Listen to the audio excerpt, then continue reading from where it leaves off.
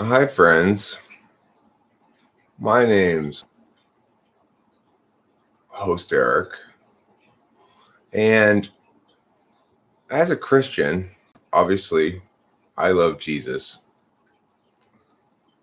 But also, as a Christian, I have a vested interest in making sure that the writings of the religion are correct.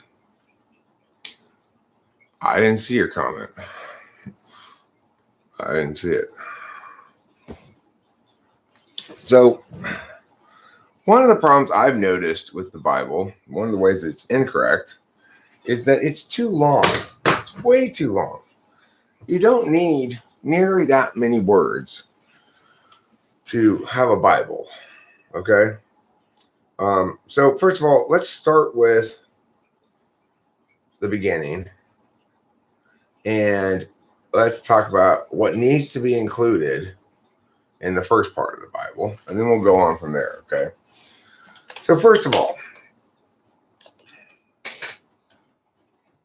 God didn't create the heavens. Okay. That's not possible. It's not possible that God created the heavens. What actually happened is this. God existed all of a sudden, and concurrently observed that he existed somewhere. Hence, the heavens collapsed from superposition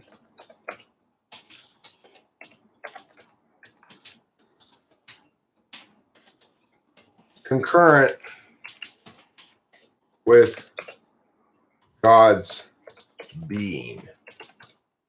Okay, so in the beginning, God existed and concurrently observed that he existed somewhere.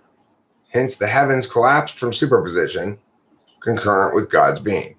So God did not create the heavens. We can get rid of that one right off the bat. Now, next thing God did was he observed that he was not alone. He observed two brothers, Satan, or Lucifer, and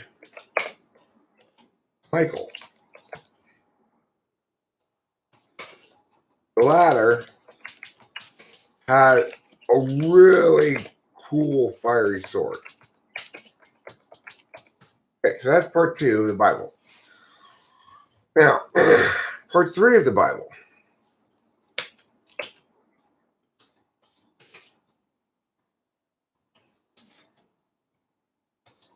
God observed that he could make, quote unquote, lesser beings.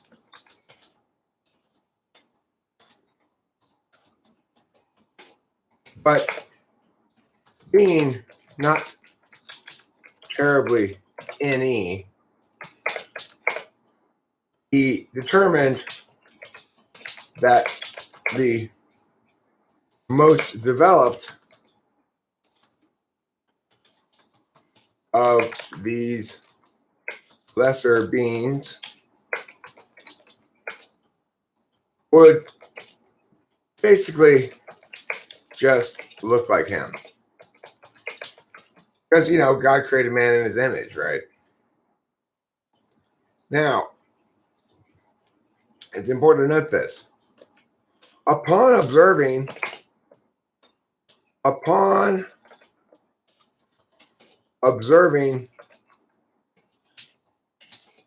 that the top lesser being would be like a would be like God just stripped of the power to manifest by observation.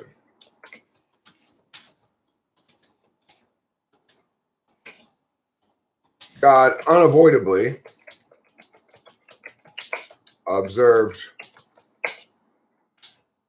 the being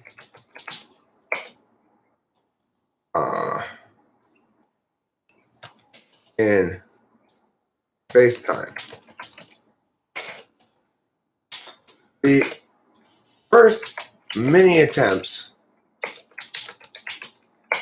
died horribly in the vacuum of space.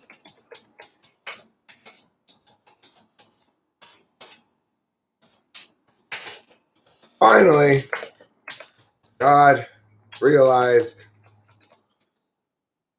that without the superpowers,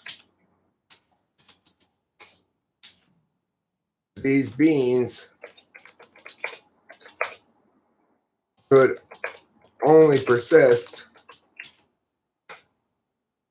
within a small range of temperature variation, and needed water and other stuff like that. So God observed the Garden of Eden.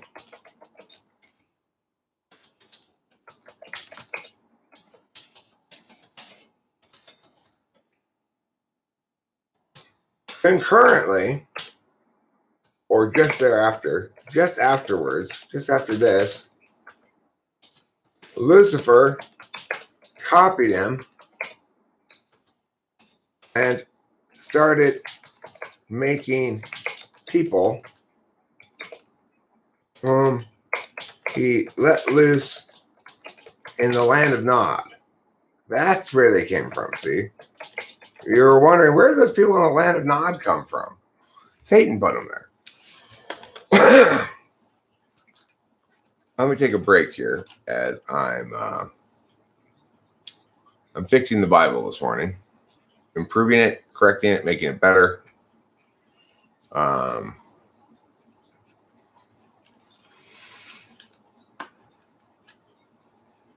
not trying to debate.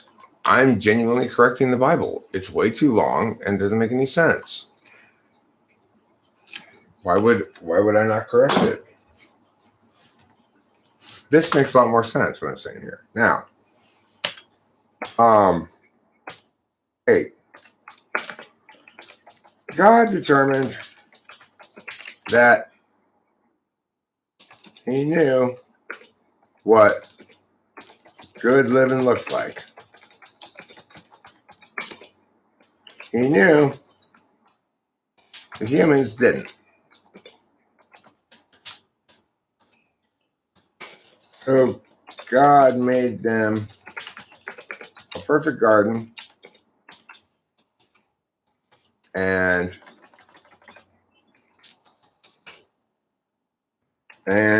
kept the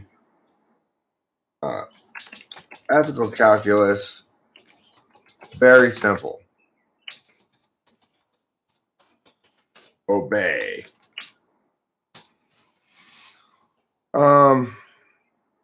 So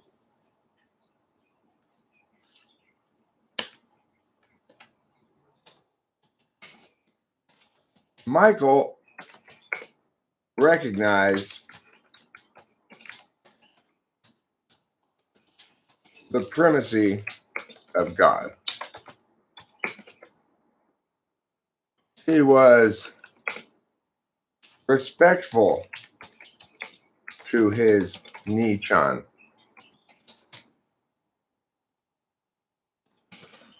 Unlike that nasty old Lucifer,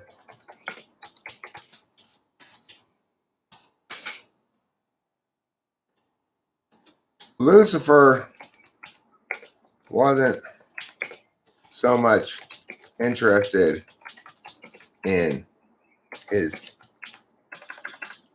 well-being of his pets.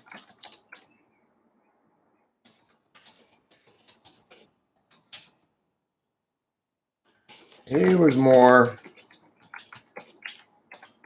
like a naturalist observing bird behavior.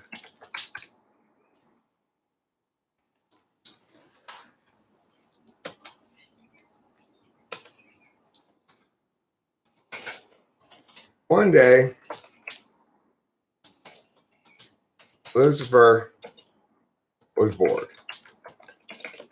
So he decided to fuck with God's garden. And his two faves, Adam and Eve.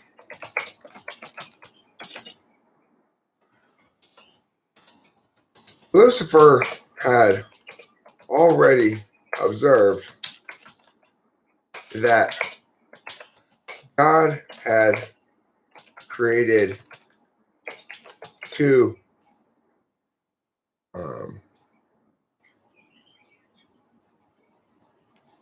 SFPs.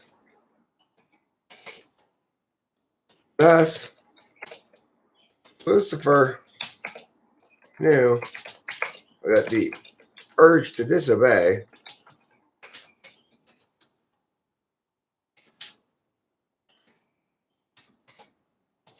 could be encouraged, and that ESFP Eve was especially prone to bad decision making.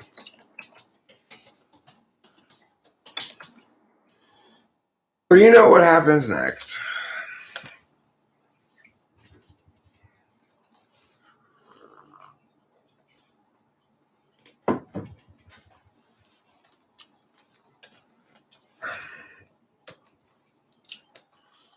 Satan realizes that God's a little bit frame locked. Lucifer helps God overcome his frame lock by releasing his caged pets. Now, next, what happens? God and Michael are pissed.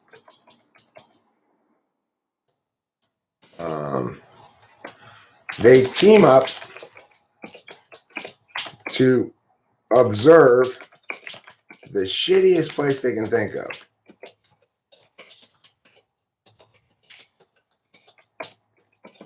Hell. And then, by combining their observational powers,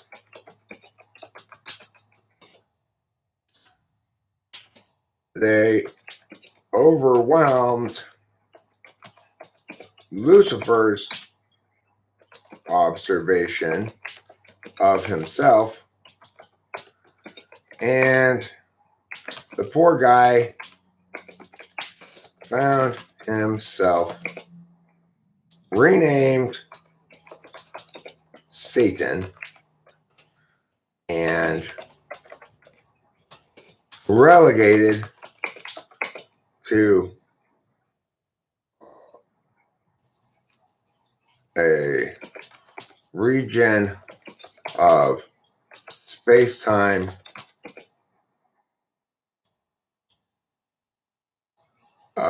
relegated to a very uninviting region of space-time. All right, now,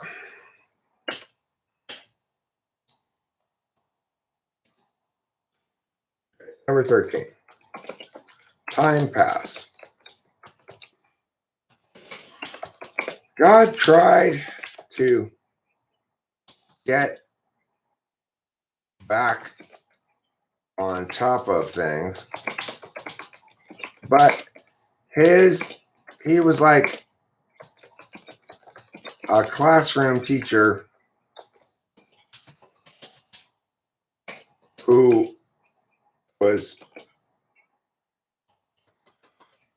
didn't run the class right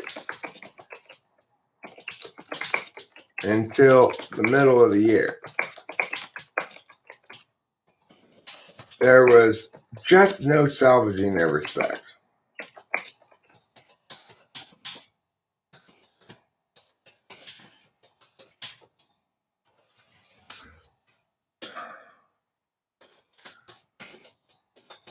God played bigger hammer theory for a while.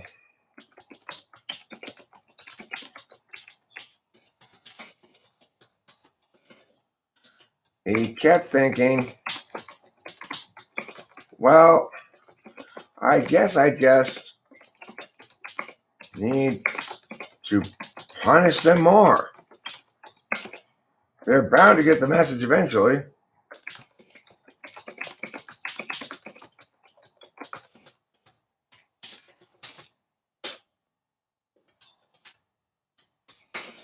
After the flood,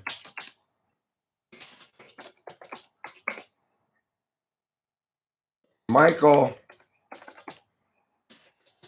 went to hell to visit Satan. Bro, said Michael. Bro, God's out of control. He needs to accept the things he cannot change and have the courage to change the things he can.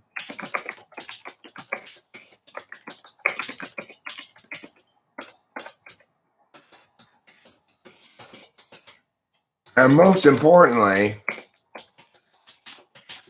the wisdom to know the difference.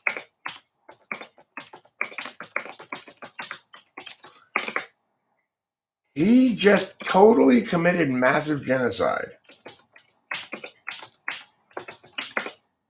Killed like almost everybody. You know, Satan's side. He's always been like that.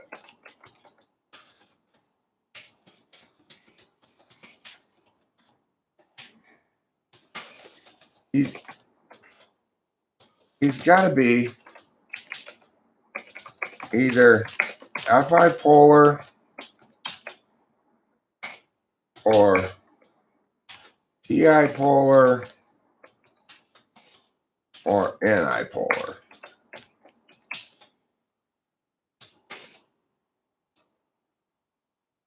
Otherwise,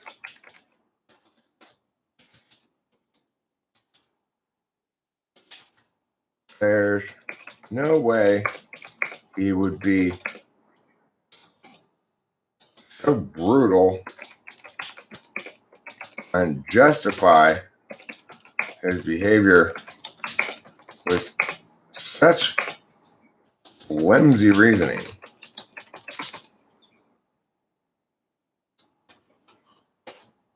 Michael says, I've got an idea.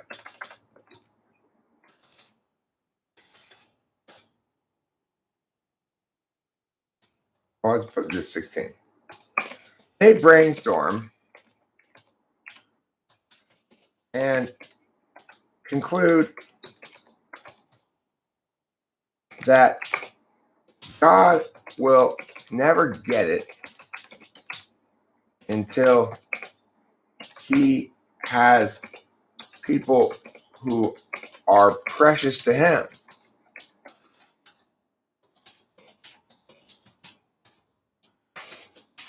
they cook up a wonderful caper.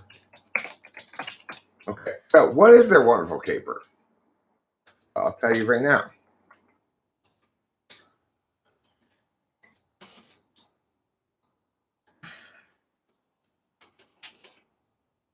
Satan and Michael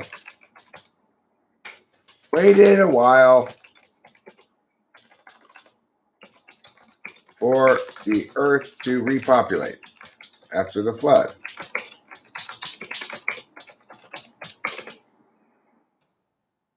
Once people started filling up towns again, Lucifer returned to his puss-slaying ways.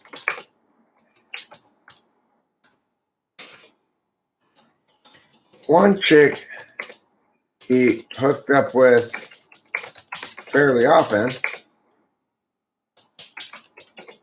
was this lady named Helen.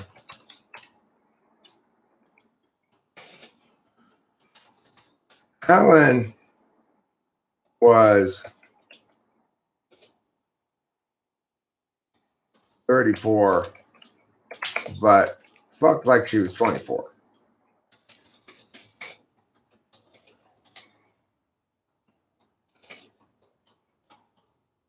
And Satan knew that God was really insecure about women. There was no way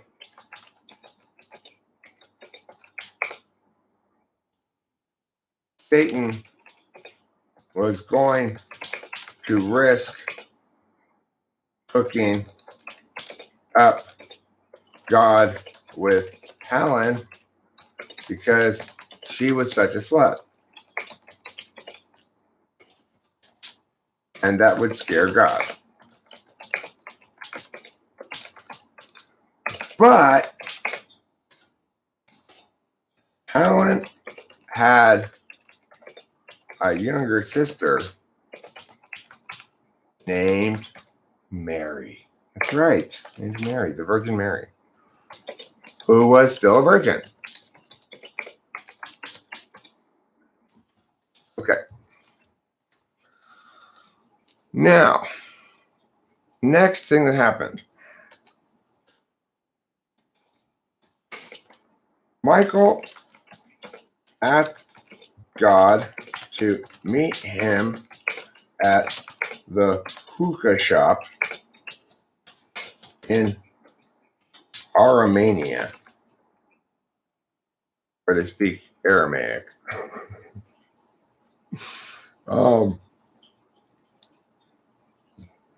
Because he had just scored some sweet hash.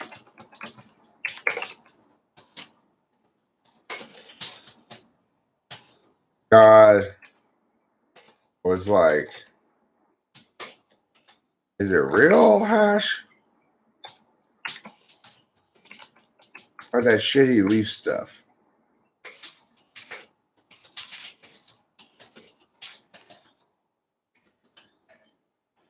No, it's the shit, bro. I promise, says Michael.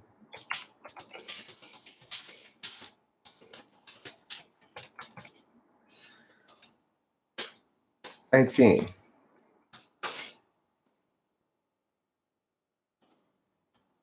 As God is chilling and smoking hash with Michael, the prearranged waitress is none other than the Virgin Mary. God is smitten. but still scared. Late that night, in order to avoid the vulnerability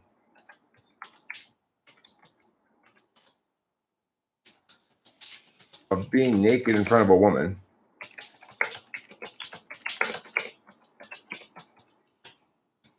he used his magic powers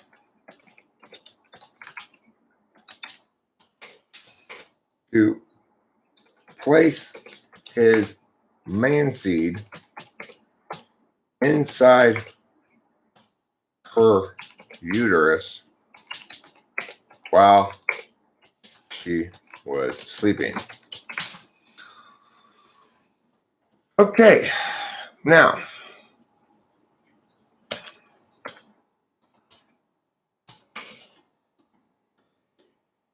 once Jesus was born,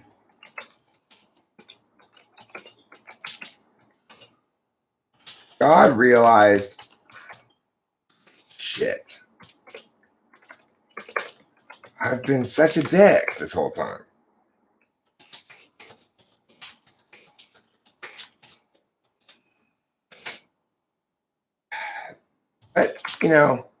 But at first, he was conflicted. I don't like, he thought,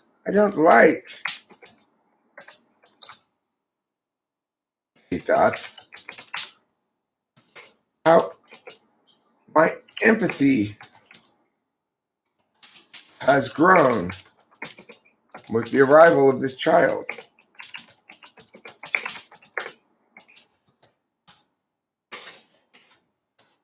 I can't seem to kill it, but I don't want it. And so God told someone to put the baby in a basket and float it down the river.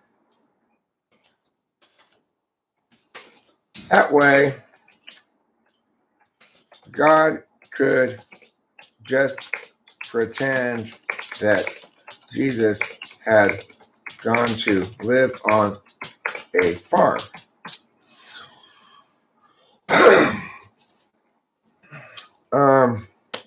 Fortunately,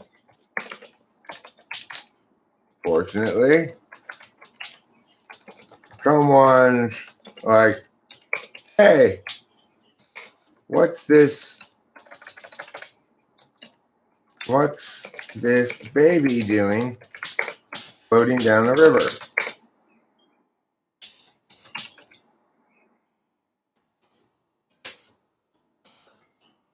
Anyhow,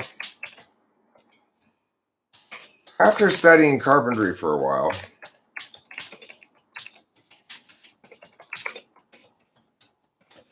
Jesus grew up. At that point, he began a long series of difficult but productive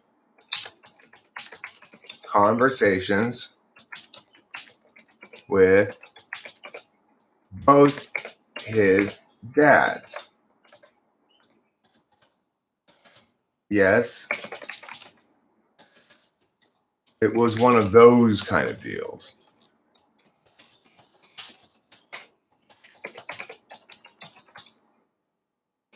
Mary eventually left to live with her sister once it became obvious that Joseph and God both paid a lot more attention to each other than to marry. See what I'm saying? They were homos. Next, what happened is Jesus finally gets God to grow up.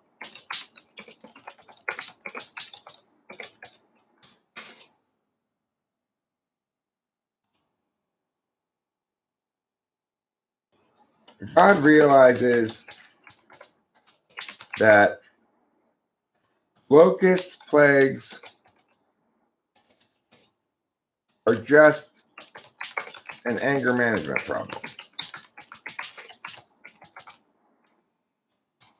And so he creates rainbows to show us that he's turning over a new leaf.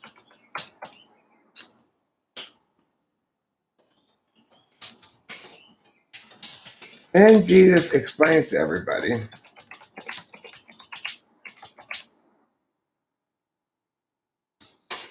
look, my dad,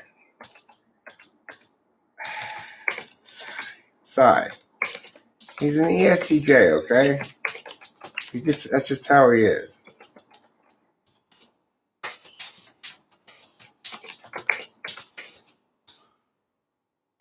But I have done all the narrative work to help him grow into a truly correct moral arbiter. What's the foundation of such?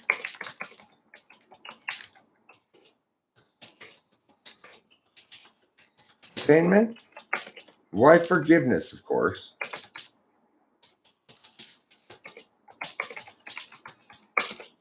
And so to concretize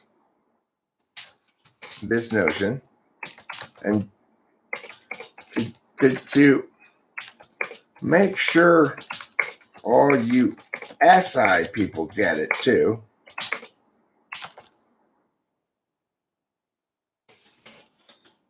I'm gonna have my Holmes Judas here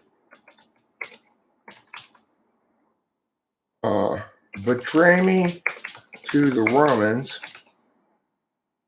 who will then horribly kill me in an agonizingly slow fashion.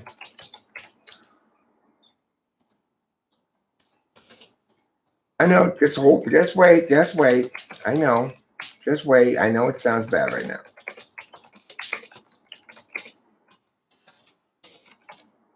But hold on.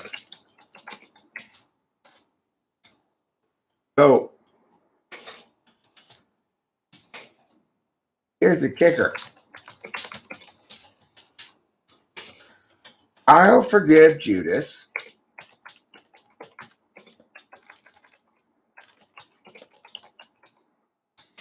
You forgive the Romans.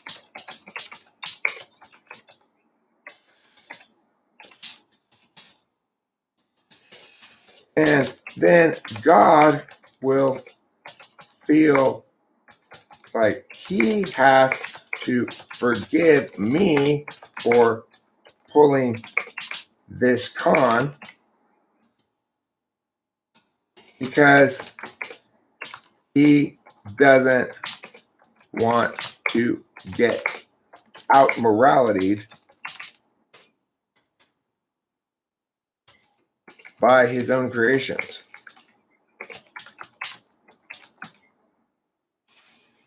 Thus, he'll raise me from the dead and accept in lieu of your own just suffering proportional to your sins,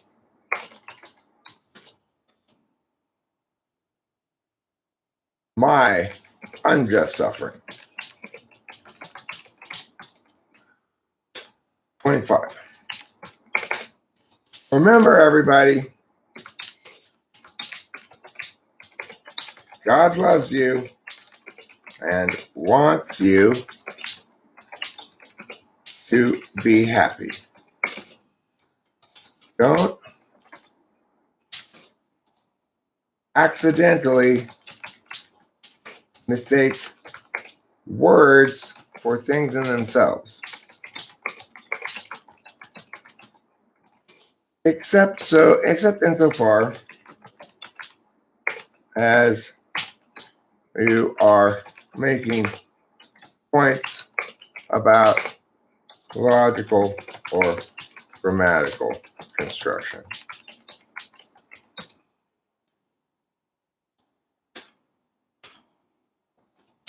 Finally,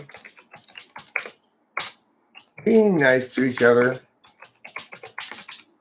respect negative moral prohibitions,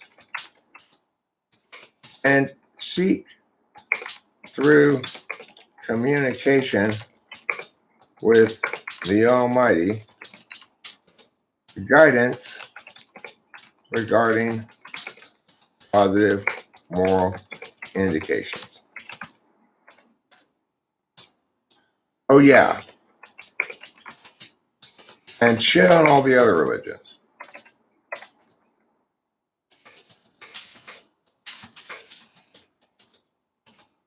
Religions gently.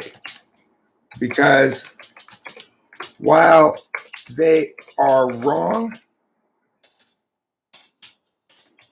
you can't really win the argument. The end, the New and Improved Bible. That is so much better than the existing Bible. I'll link everybody to it. I'm going to read the whole Bible to you again, from the beginning to the end. That is so much better than the existing Bible. It's so much more accurate.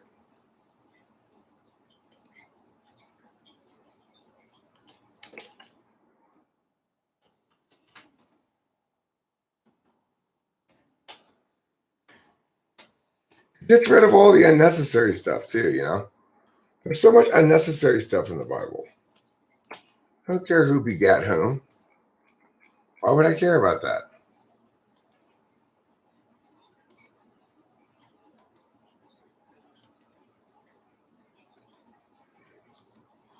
A lot of misspellings. When you write something in Notepad, you know, it doesn't tell you if you've misspelled it.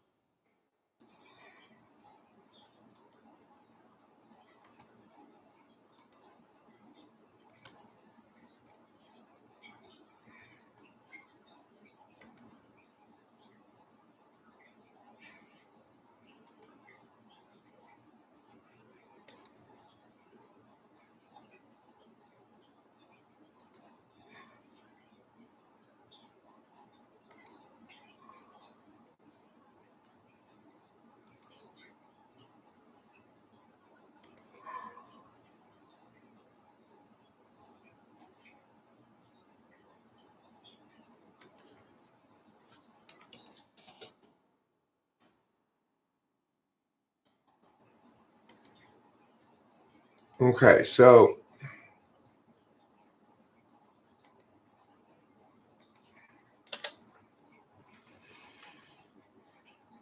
okay, perfect. The Bible is done.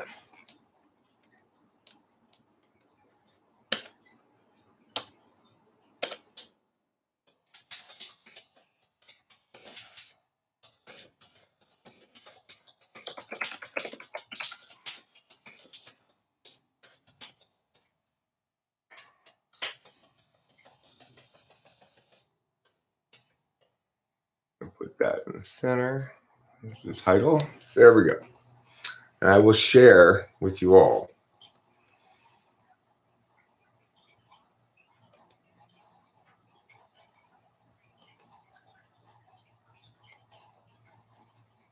All right, here we are. Now, for those of you who are Christian, this is an opportunity to learn what the true Christianity is. For those of you who are not Christian, this is an opportunity for you to learn what's wrong with you not being Christian and how to change that. Here we go. The one true Holy Bible, not Holy Bible, Holy Bible of the Christian religion. Verse 1. God existed and concurrently observed that he existed somewhere, obviously. Hence, the heavens collapsed from superposition concurrent with God's being collapsing from superposition.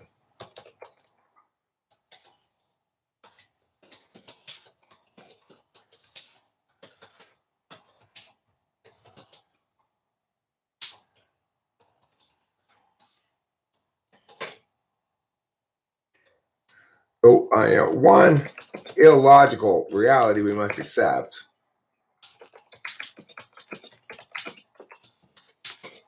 is that God could observe his own being into existence. Okay. Number 2, God observed that he was not alone. He observed 2 brothers, Lucifer and Michael. The latter of the 2 had a really cool fiery sword. Verse 3, God observed that he could make lesser beings, but being not terribly extroverted in his intuition, he determined that the most developed of those lesser beings would basically look just like him. 4, upon observing that the top lesser being would be like God, but just stripped of the power to manifest by observation, exclusively by observation, God unavoidably avoided the being in space-time, unavoidably observed the being in space-time. His first observations died horribly in the vacuum of space.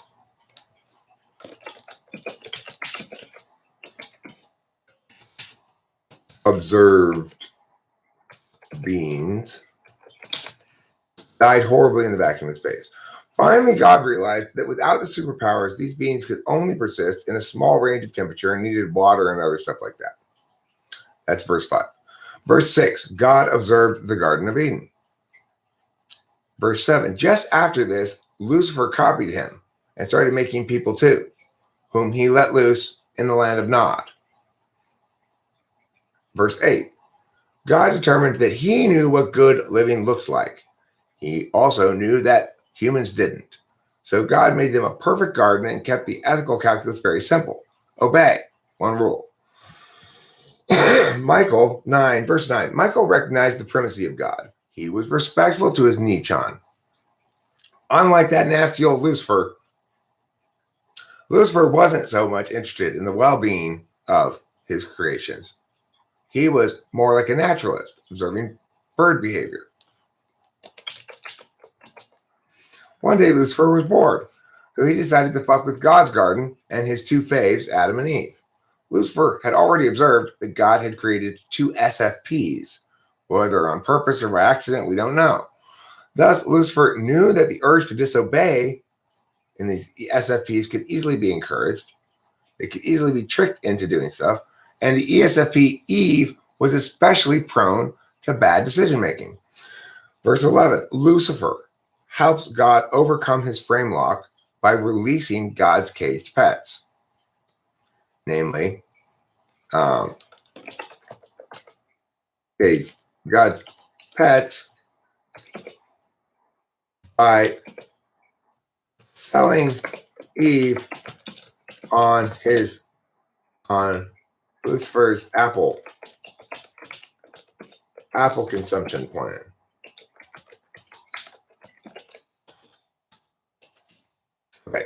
Verse 12, God and Michael are pissed. They team up to observe the shittiest place they can think of, hell. And then by combining their observational powers, they overwhelmed Lucifer's observation of himself, and the poor guy found himself renamed Satan and relegated to a very uninviting region of space-time. Lots of flames. Verse 13, time passed. God tried to get back on top of things, tried to get everybody to be back being obedient, but he was like a classroom teacher who didn't run the class right until the middle of the year. There was just no salvaging the kids' respect. Verse 14, God continued to play bigger hammer theory for a while. He kept thinking, well, I guess I just need to punish them harder. They're bound to get the message eventually. Finally, he worked his way up to a global genocide, a globally genocidal flood. And after the flood, Michael went to visit Satan in hell, and he says, bro, God is out of control. He needs to accept the things he cannot change, have the courage to change the things he can, and most importantly, the fucking wisdom to know the difference. He just totally killed like almost everybody and everything on earth. Satan sighed. He's always been like that. He's got to be either FI polar or TI polar or NI polar. Otherwise, there's no way he would be so brutal and justify his behavior with such flimsy reasoning. 16. Verse 16. Satan and Michael brainstorm and conclude that God will never get it until he has people who are precious to him. And they cook up a wonderful caper. Verse 17. Satan and Michael waited for a while for the earth to repopulate after the flood. Once people started filling up towns again, Lucifer returned to his puss-slaying ways. One chick he hooked up with very often was this lady named Helen. Helen was 34, but she fucked like she was 24. And Satan knew that God was really insecure about women. There was no way Satan was going to risk hooking up God with Helen because Helen was such a slut, and that would scare God. But Helen had a younger sister named Mary, who was still a virgin. Now, verse 18. Michael asked God to meet him at the Hookah Shop in Armenia because he had just scored some sweet hash. God was like, is it real hash or that shitty leaf stuff? And Satan's like and Michael's like, no, it's the shit, bro, I promise. So God comes down and he's chilling and smoking hash with Michael. As they're doing this, the waitress prearranged by Michael and Lucifer, the prearranged waitress is none other than the Virgin Mary. God is smitten, but still scared. He's never been with a woman before.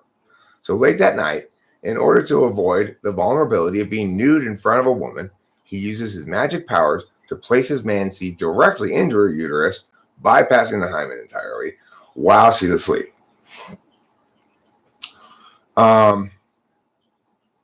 Verse 20. Once Jesus is born, God realizes, shit, I've been such a dick this whole time.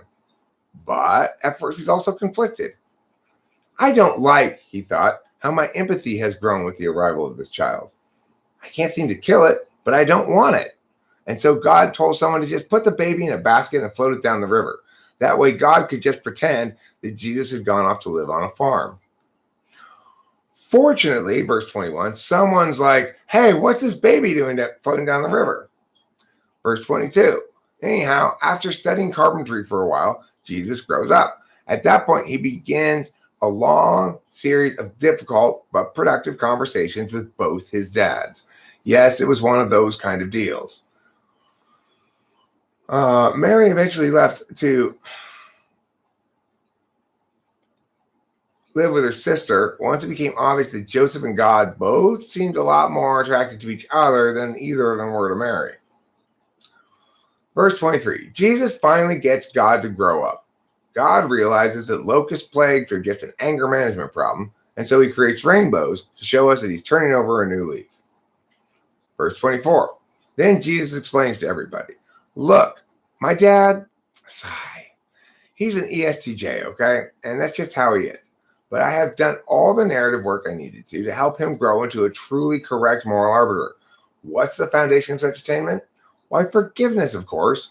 And so to concretize this notion, to make sure all you SI people get it too, I'm going to have my Holmes Judas here betray me to the Romans, who will then kill me in an agonizingly slow fashion. Just wait. I know it sounds bad, but hold on.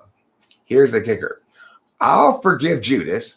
You guys forgive the Romans. And then God will feel so much pressure, right? God's going to feel like he has to forgive me for pulling this con on him because he doesn't want to get out morality by his own creations.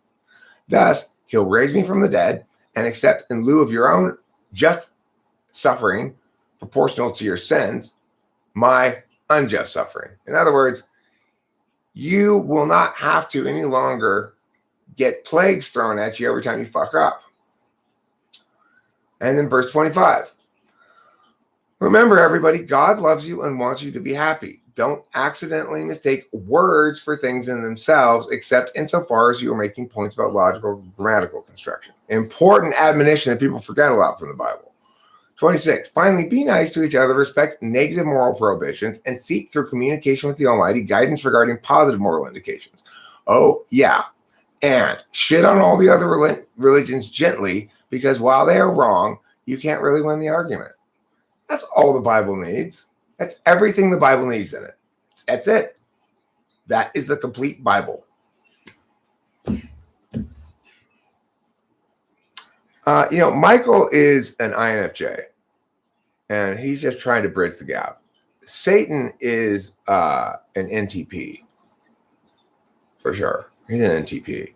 That's why he immediately got in bashed heads with God. Fuck your TE frame was like Satan's first words when he was observed into existence. Fuck your TE frame! Those were Satan's first words. Oh my God, I hope you got that on video. That was Luke's first words. No. God invented cigarettes after his first gay encounter with Joseph.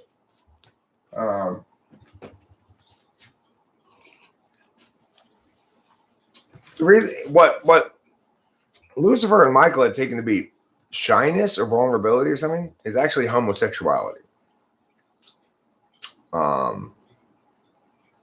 God was embarrassed because he had made these creatures so that the one with the penis was designed to go directly into the one with the penis hole, the hole that the penis goes into, the vagina. And yet he himself discovered he wanted a sword fight. He's still a little bit insecure about it. I don't know if he's out. I hope I didn't just out God. I'm pretty sure he's made it public already, but I may have just outed God.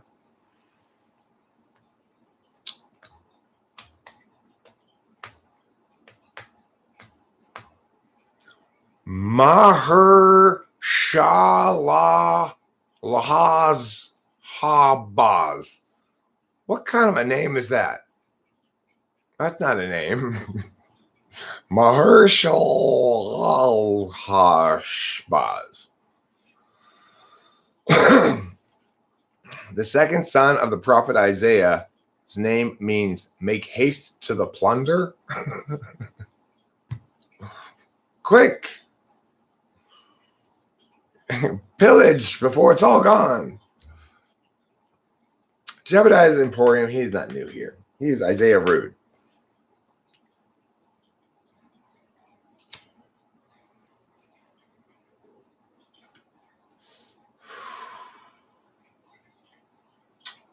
So, can you think of anything else the Bible needs? Not really. That's all the main stories of it right there. And it's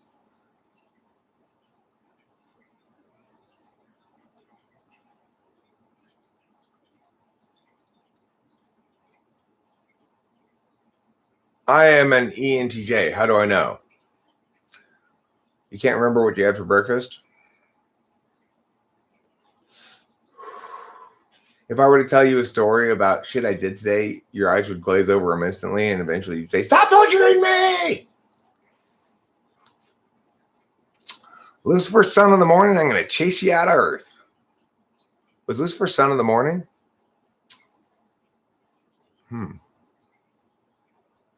The key thing to note is there are some obvious problems with the Bible, the old Bible. The new Bible is fixed now, but the old Bible, one of the big problems with it was it said God created the heavens and the earth, which begs the question, well, where was God when he was creating locality, So obviously, God's existence coincided with the existence of locality and time. You can't do anything unless you have the media to do in, namely space and time. So obviously God didn't create the heavens. He may have created the earth because he may have observed the heavens but realized there was no planet that was suitable for humans, and so he had to make the earth. That's possible. I woke up this morning and the haircut fairy had visited me during the night. Which verse? Which verse says that gayness is okay? Well, it doesn't explicitly say that. It just points out that God himself is gay. That he never really gotten over Joseph's death. He still has this incredibly massive and kind of spooky portrait of Joseph lying in his casket on the walls in heaven. Just don't say anything about it. He's kind of sensitive about it. I don't know if he's gotten new lovers since. Joseph was his first. He'll always remember him.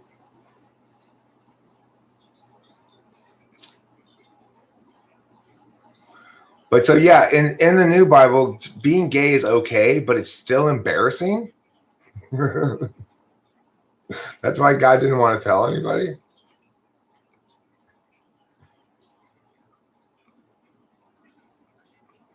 If I were going, and then there should be like a Bill of Rights or Bill of Obligations that is attached to the end of the Bible. Just like in the Constitution, you got the Constitution, then you got the amendments, right? So,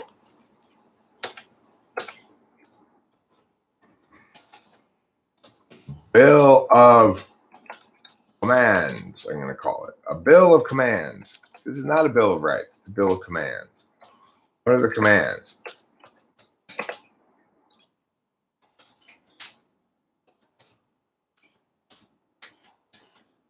Don't lose your identity to your habits, aka unsustainable addiction is bad. Okay, so that's Bible command number 1. Don't lose your identity to your habits. 2,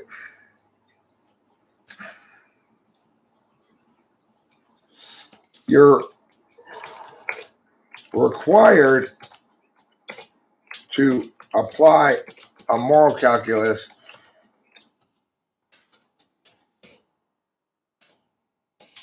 that universalizes when evaluating prospective action that directly impacts others. Prospective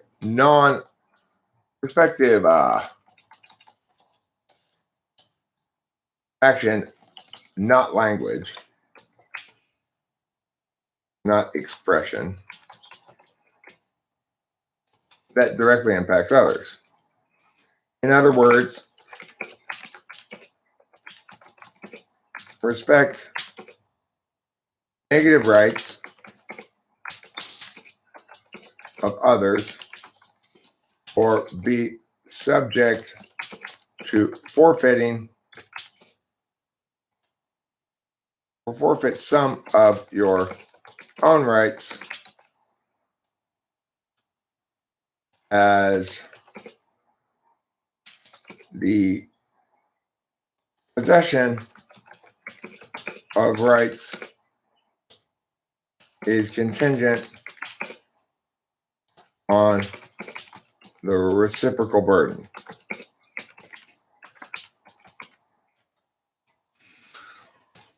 That's an important. This is like the Ten Commandments done properly,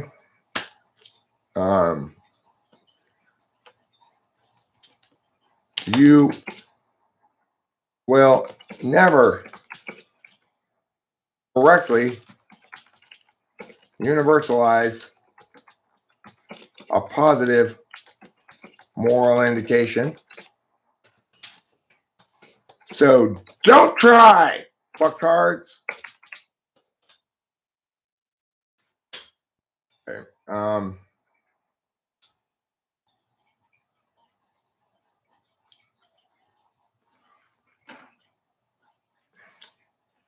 Impacts must be measured by those who oppose a prospective action.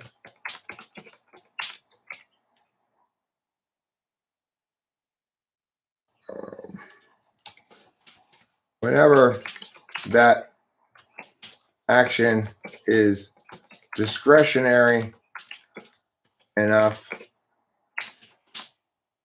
that it can't be resolved wholly through negative calculi.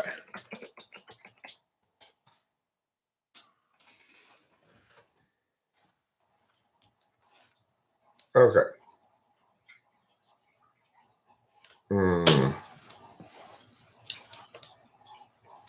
Hubris is evil and is defined as embracing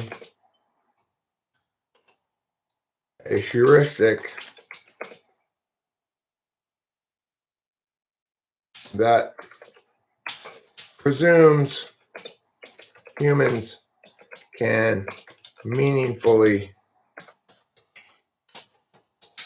predict outcomes in a complex multivariate system. Utilitarianism never justifies that which doesn't pass negative muster. Okay, number 6.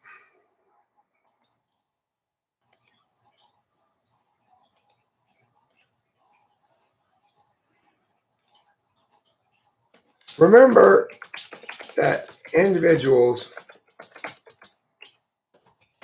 best know what's best for themselves.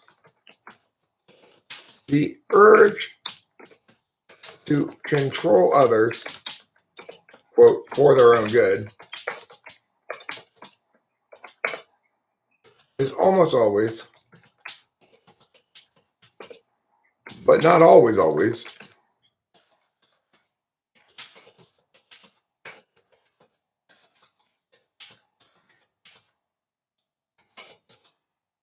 wickedness in helpful clothing. 7.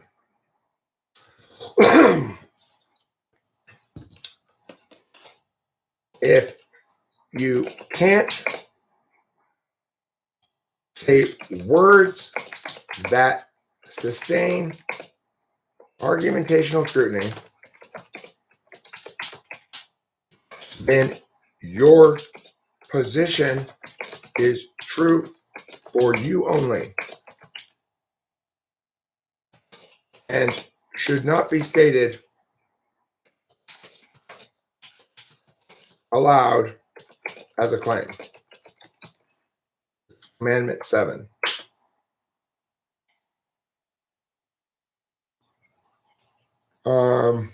Commandment 8.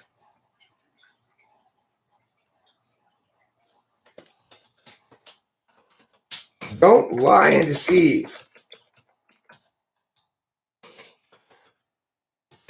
Even when it seems like other moral factors excuse you in this from doing so in this instance.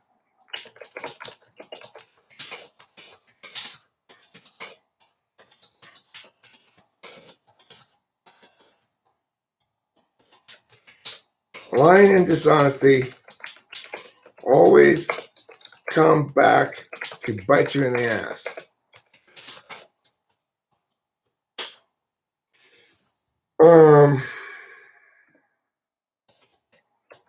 Don't treat people you have sex with like objects.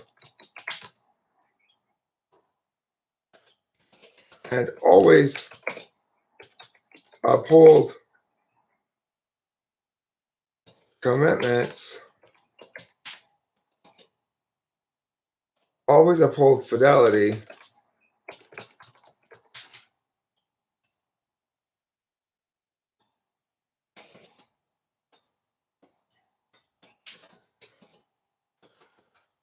You have an obligation to break up in the right way and by way and the right justification and with the right justification.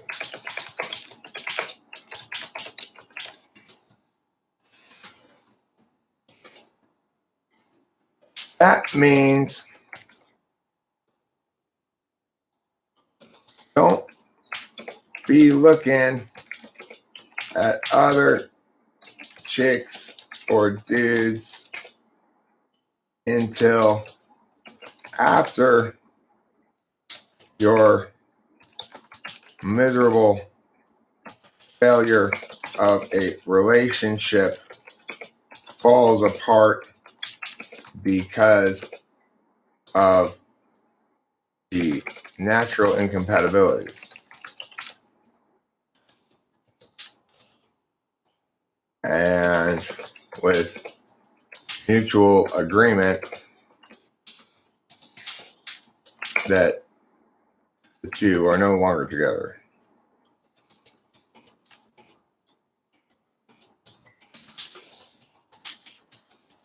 More committed. There's your sexual social mores that are kind of important. And then number 10, what else do we have to cover?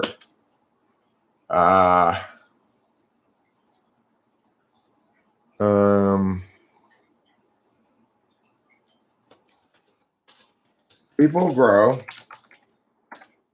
Also,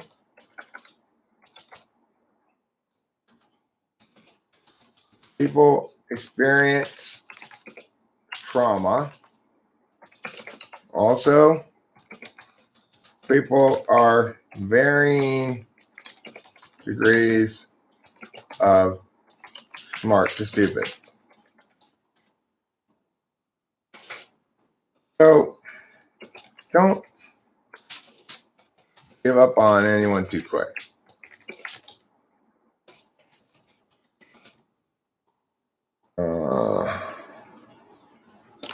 Some people get there by making lots of mistakes and learning from them.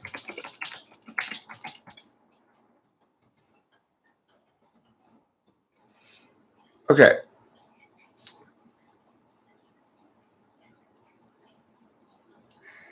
I'm going to Commandment 11. Shame and judge angrily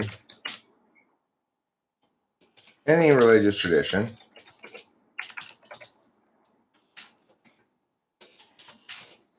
that claims primacy over free expression.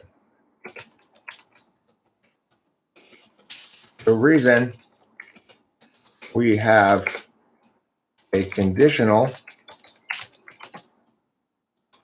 as well as a causal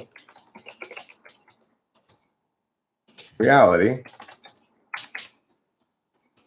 is so that our words prevent incredibly oppressive norms, oppressive protocols from becoming normalized.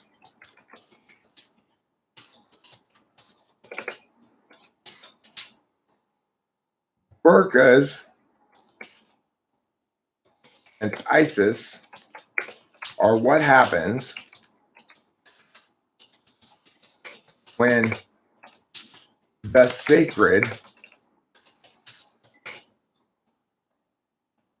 trumps the individual's freedom of conscience. There, that's how do you spell burqa? Burqa laws and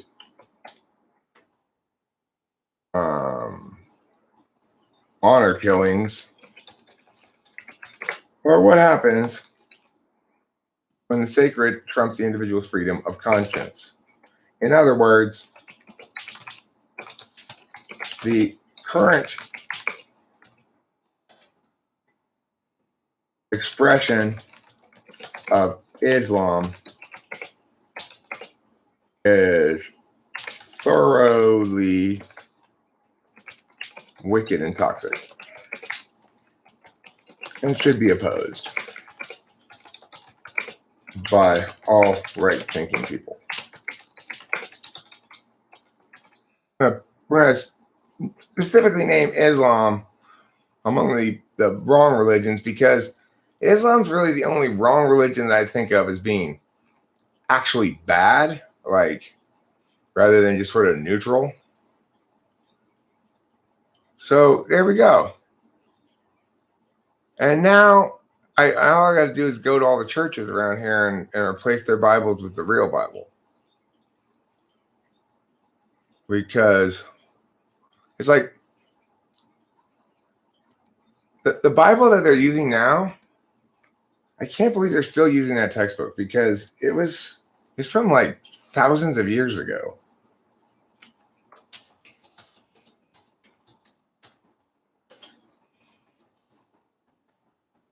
Like, let's see some of the unnecessary things that are currently in the current Bible.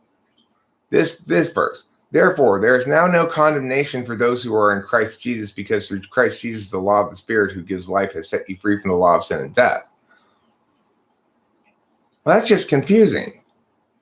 What it should say is, because Jesus suffered so much unjustly, God will take that in lieu of his just punishment of you.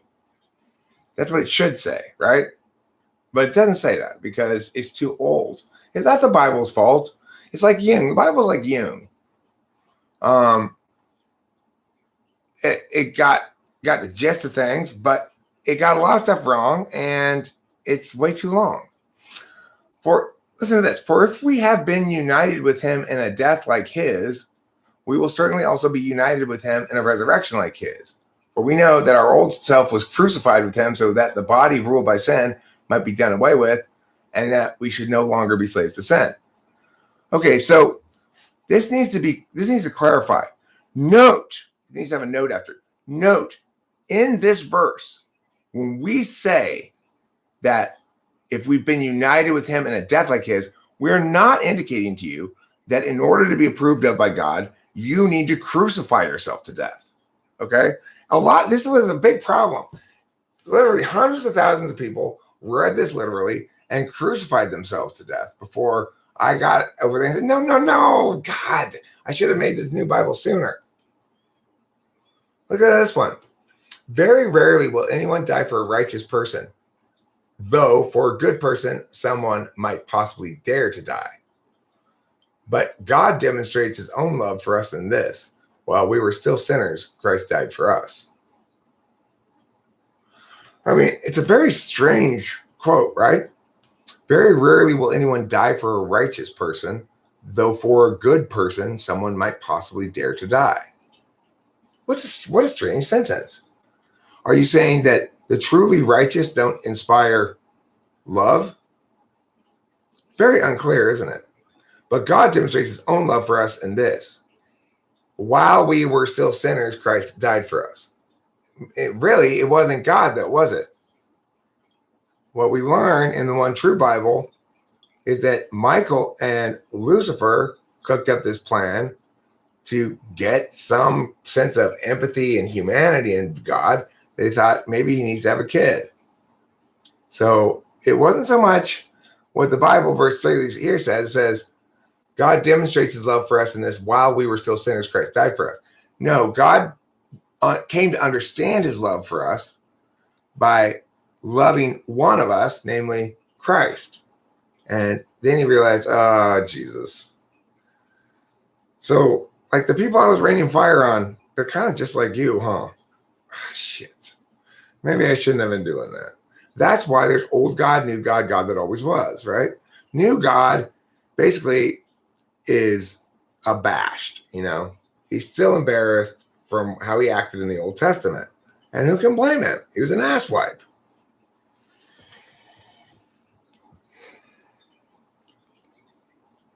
The sovereign Lord is my strength. He makes my feet like the feet of a deer. He enables me to tread on the heights.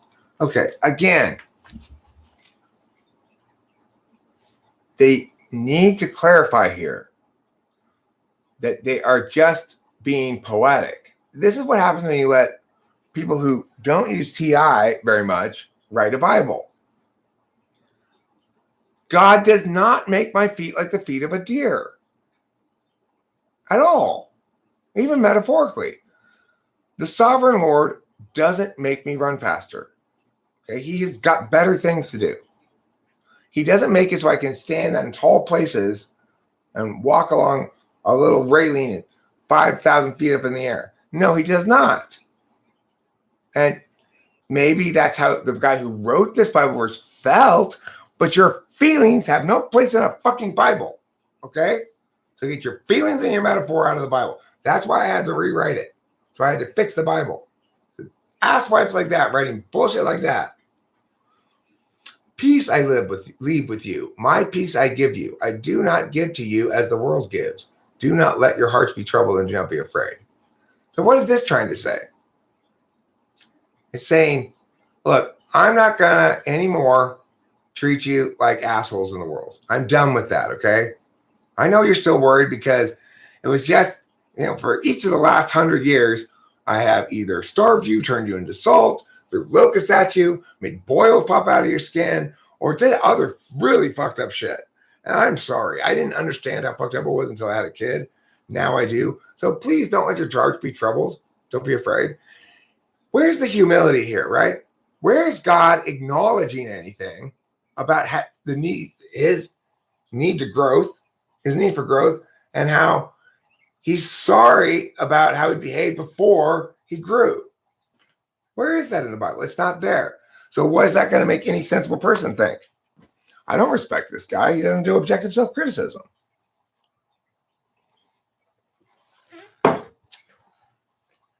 Being a devout Christian, I could no longer put up with the inclusion of what's clearly NFP work in the Bible.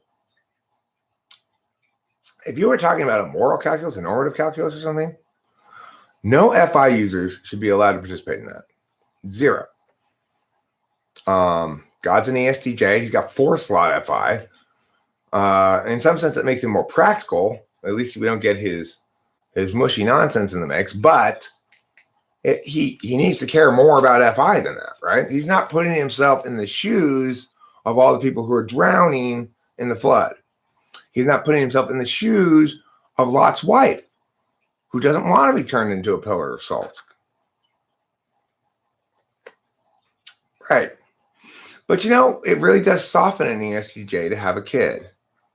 And these days, God and Jesus actually get along really well. You can often find them golfing together. Jesus introduced God to disc golf. And course, the problem with playing God in any kind of golf is that he always gets holes in one. And he says he's not using any of his magic powers, but always get a hole in one without using any magic powers. It's pretty suspicious.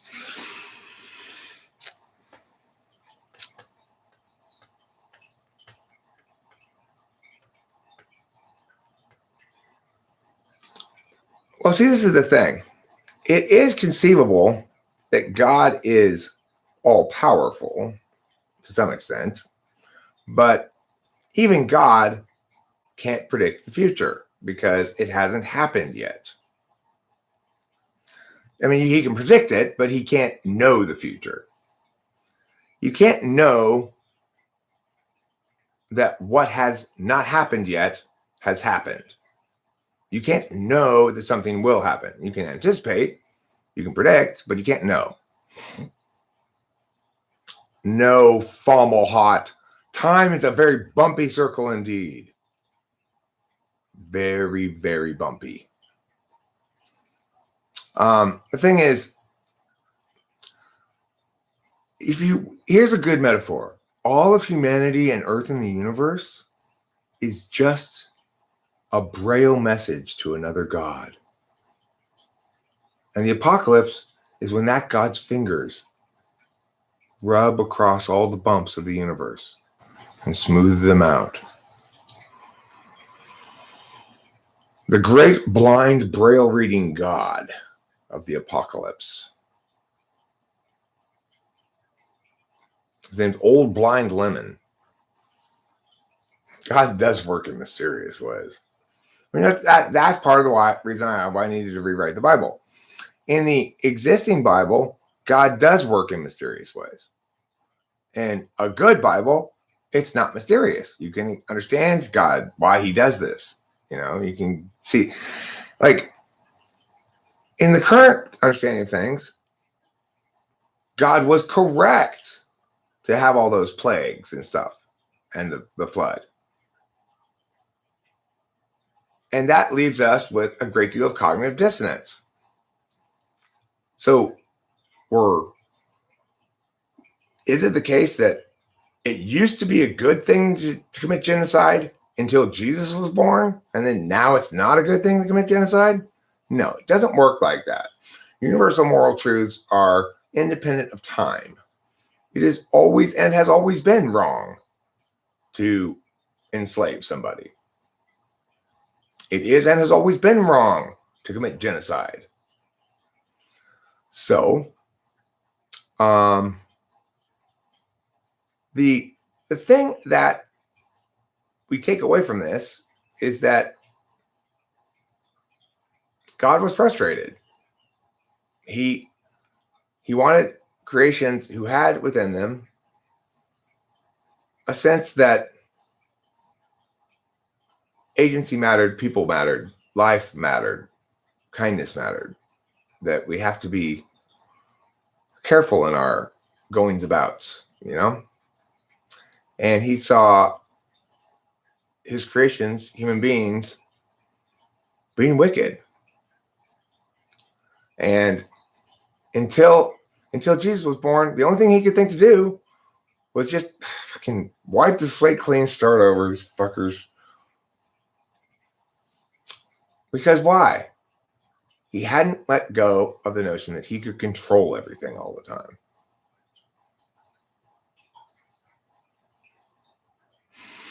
Once he accepted that he couldn't, and it wasn't desirable for him to control everything all the time, then he came across the necessary question. Well, if I'm not controlling and dictating morality from above all the time, then we're going to need an axiom that actually works. But all these people are sinners. They're constantly fucking up. So what axiom could we possibly have that works? There's only one. Forgiveness. Makes perfect sense when you think it out properly, right? It all makes perfect sense. But the current Bible doesn't make any sense because it doesn't It's dishonest about God. You can't ever win anything or be good or accomplish anything with lies. And the Bible lies about God. Yeah, I've read the Bible. It lies about God because it tells us in the Old Testament that God was righteous. And it shows us in the Old Testament that God was a sociopath. The New Testament, God evolves from the Old Testament to the New Testament. In other words, he grows. And there's a specific event we can point to that causes him to grow, namely the birth of a child. Prior to the birth of my child, I was a more amoral person. Having a child taught me a lot about compassion and the importance of being patient and loving people as they are, right? Same thing happened with God. But the Bible doesn't tell us that. The Bible provides us a conflicting narrative that, on the one hand, moral truths are universal and timeless. On the other hand, morality used to be different, so it was okay to commit genocide. Wait a second, there's a contradiction there. We need an explanation. And that's why the new and improved Eric's Bible provides that explanation.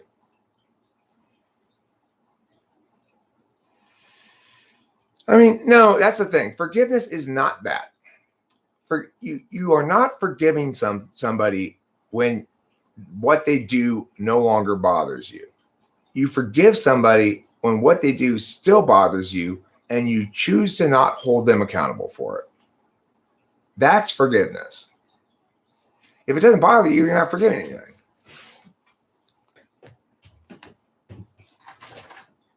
Forgiveness is a willful act that requires diligence, persistence, stick-to-itiveness, or whatever. It's not easy. It's a self-sacrifice. But of course, we need it from others. Every single one of us needs it from others too. So we better get habituated to providing it to others. Now, I think the critical thing here is now we have a 10 Commandments that works. We have a 10 Commandments that's true and it's not lying anymore. Because you've got your don't lose your identity to your habits. Remember, you are you, not just what you do or what you want or what you're, 2, you are required to apply a moral calculus that universalizes when evaluating prospective action, not expression, that directly impacts others. In other words, respect negative rights of others or be subject to forfeiting some of your own rights as the possession of rights is contingent on the reciprocal burden. Now, that's useful Bible words.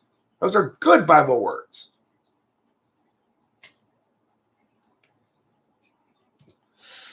Important number 3. If this were in the 10 Commandments, how much better would the universe be? Number 3, you will never correctly universalize a positive moral indication. So don't even try. How much better would the world be if that were in the 10 Commandments? So much better. 4, impacts must be measured by those who oppose your prospective action, whenever that action is discretionary enough that it can't be resolved wholly through negative calculi. In other words, you don't get to impact your COVID position. Those who oppose it get to impact it because you're only going to count the impacts you like. Number 5, hubris is evil and it's defined as embracing a heuristic that presumes humans can meaningfully predict outcomes in a complex multivariate system. In other words, utilitarianism never justifies that which doesn't pass negative muster. You can't say, well, based on these predictions, our good outcomes are going to produce so much good that we can ignore the universal negative moral indications. No, no, no. 6, remember that individuals best know what's best for themselves. The urge to control others, quote, for their own good is almost always, but not always, wickedness in helpful clothing. So if you're saying, well, it's for their own good, chances are you're evil. Number 7, critically important. This should definitely be in the 10 Commandments. If you can't say words that sustain argumentational scrutiny, then your position is true for you only and should not be stated aloud as a claim. Number 8, don't lie and deceive, even when it seems like other moral factors excuse you from doing so in this instance. Lying and dishonesty always come back to bite you in the ass. Now, there's no reason here, right? I'm not providing the logic behind this at all. This is a literal commandment, right? But I am saying, here's a reality. Well, I don't provide any mechanism, but I say, here's the reality that it will come back to bite you in the ass. I believe that to be the case, but I don't know why. I don't have an explanation as to why that's the case. Number 9, don't treat people you have sex with like objects and always uphold fidelity. You have an obligation to break up in the right way and with the right justifications. That means don't be looking at other chicks or dudes until your miserable failure of a relationship falls apart because of its natural incompatibilities and with mutual agreement that the people are no longer committed. In other words, don't cheat. And don't sort of cheat either. Number 10, people grow. Also, people experience trauma. Also, people are varying degrees of smart stupid. So don't give up on anyone too quickly. Some people get there by making lots of mistakes and learning from them. Some people repeat the same mistakes over and over again and never learn. And commandment 11, the last commandment. Shame and judge angrily any person that claims primacy, that claims their tradition has primacy over free expression. Any person who claims their ideology has primacy over free expression. The reason we have a conditional as well as a causal reality is so that our words prevent incredibly oppressive protocols from becoming normalized. Burqa laws and honor killings are what happens when the sacred trumps the individual's freedom of conscience. In other words, the current expression of Islam is thoroughly wicked and toxic and should be opposed by all right-thinking people. So of all the things that the Bible talks about, it only talks about one other religion, that's Islam. And it's just to let you know that there is one bad religion for sure. The rest of them are kind of neutral. But there's definitely one bad one, and that's Islam. And the reason it's bad, of course, is very simple. And if they can get over this, it will cease to be bad. As soon as Islam embraces the notion that free expression is always more important a value to uphold than whatever you consider sacred, once that happens, the new Bible, my Bible, the correct Bible, the corrected Bible, Eric's new corrected Bible,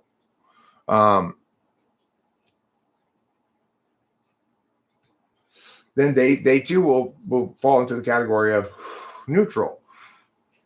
It's just that. It's just that one thing, right? It's like, there's nothing wrong with Islam exactly, except there's one rule you have to have, or whatever your thing is will get sick and die eventually. So it's sick and toxic and awful.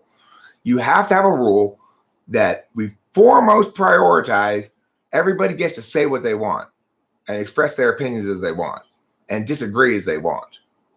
They may not be able to disobey. Like, I can yell about how wrong a law is all I want, and I should experience no consequences. If I disobey the law, I maybe should be arrested, you know? But that's the difference between conditional and causal. Me saying that I should be legally allowed to rob this bank is not robbing the bank. I'm not committing a crime. I'm just saying something stupid. So,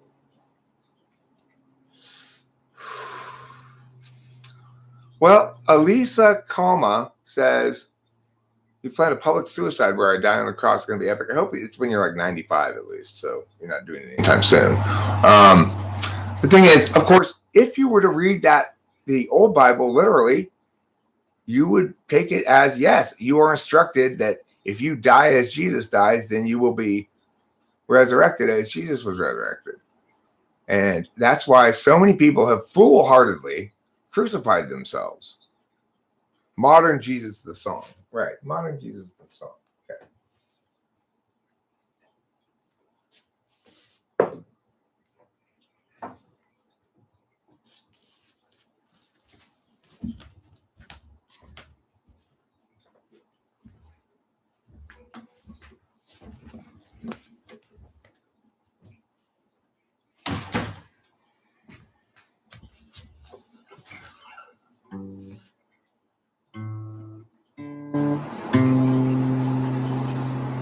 Yeah, come in.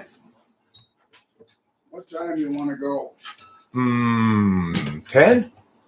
Sounds good. Okay, cool. All right.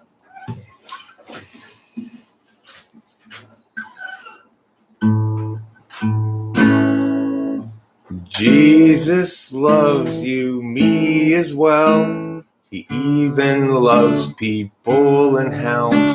He even thinks that he put up with death.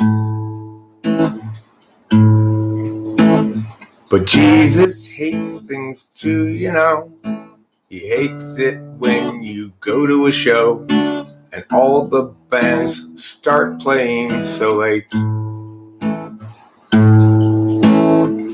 He doesn't like to see his words and ways and ideas exploited to justify stupid ideas. He knows that leaf trimmer loves him, but he wishes leaf trimmer would look above him. What is up there? Lovely breasts. It's okay to touch them. And the rest. Civilization's not dissolving 'cause of sluts. It's dissolving 'cause everybody's got their heads up their butts. No more genocide. You've been plagued now enough. So if it rains fire from the heavens, my friends, just know that's naturally occurring stuff. If you're gonna tell everybody what you think they ought to do,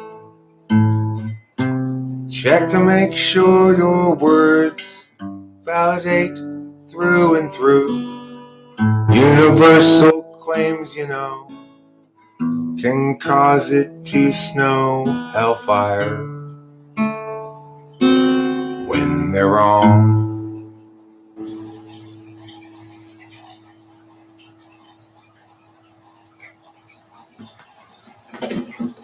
There, that's modern Jesus song.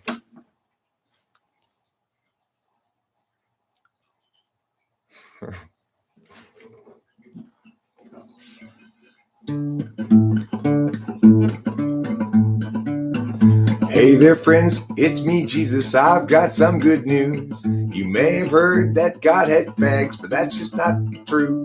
God loves fags. In fact, he's currently humping Joseph.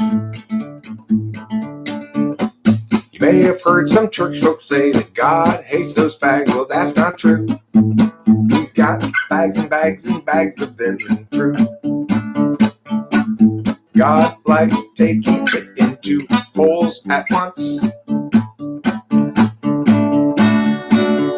He had a brief bisexual period before he gave up the munching on boxes and instead he embraced that cock. There, so that's a pro-homosexuality song that the new Bible acknowledges that homos are fine, and you know they still have to adhere to the same rules as anybody, obviously. Like the rule here, don't treat people you have sex with like objects, and always uphold fidelity. Okay, let me clarify this. Don't treat people you have sex with like objects, except during the sex, because that's what makes it fun. Sex, if that's fun. You know, in other words, the guy should thank the girl after the guy comes. The girl should thank the guy before the guy comes, because before the guy comes, then it's like the guy is like, I'm manly boss man. You need to listen and obey. And, obviously the boss doesn't say thank you. The boss says you're welcome. Then after you're done ejaculating, you no longer find it arousing to be this like asswipe, So that's when you say, thank you for being so wonderful to me and letting me do that. That's the whole point. So yes, even homosexuals have to adhere to this rule. Don't treat people you have sex with like objects, except during sex if that's fun. And always uphold fidelity when both parties agree upon such. When such is the agreement. You have an obligation to break up in the right way and with the right justifications. That means don't be looking at other chicks or dudes until after your miserable failure of a relationship actually falls apart because of it. Actually, I don't need that as a because part. Actually falls apart. And don't start humping other people until you're fully broken up.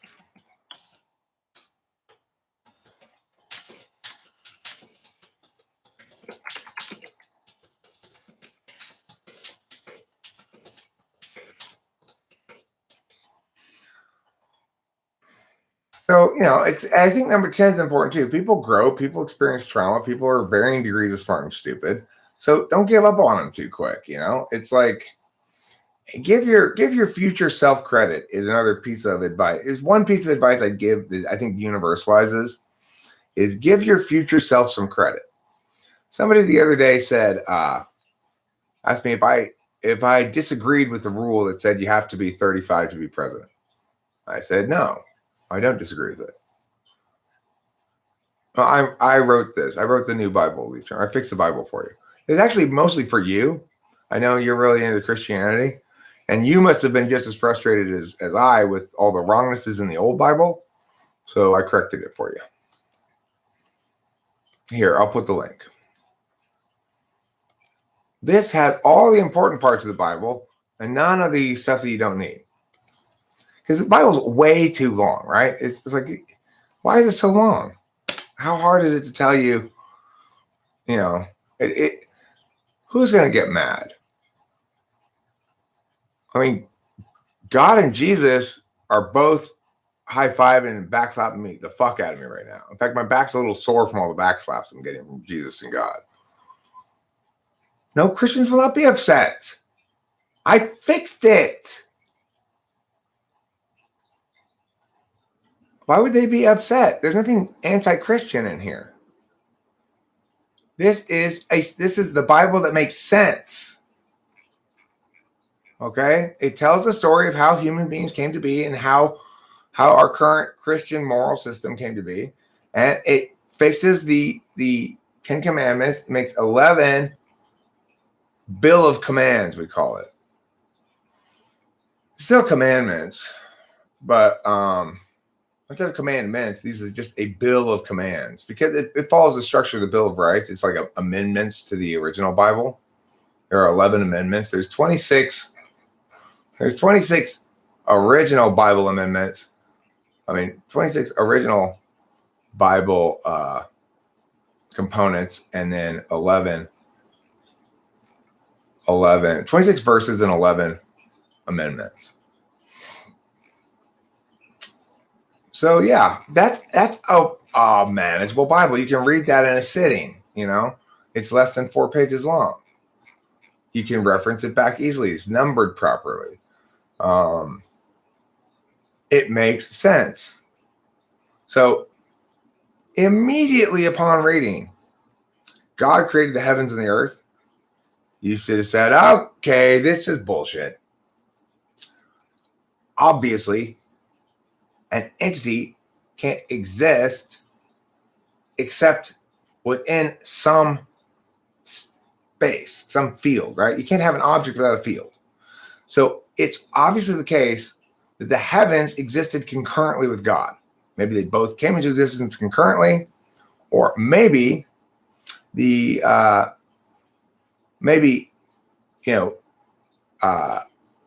God exists necessitates that space-time exists. Because again, no agent, entity, being, idea, concept, anything can exist outside of some field. In other words, to be distinct, anything must at least have a field to juxtapose against.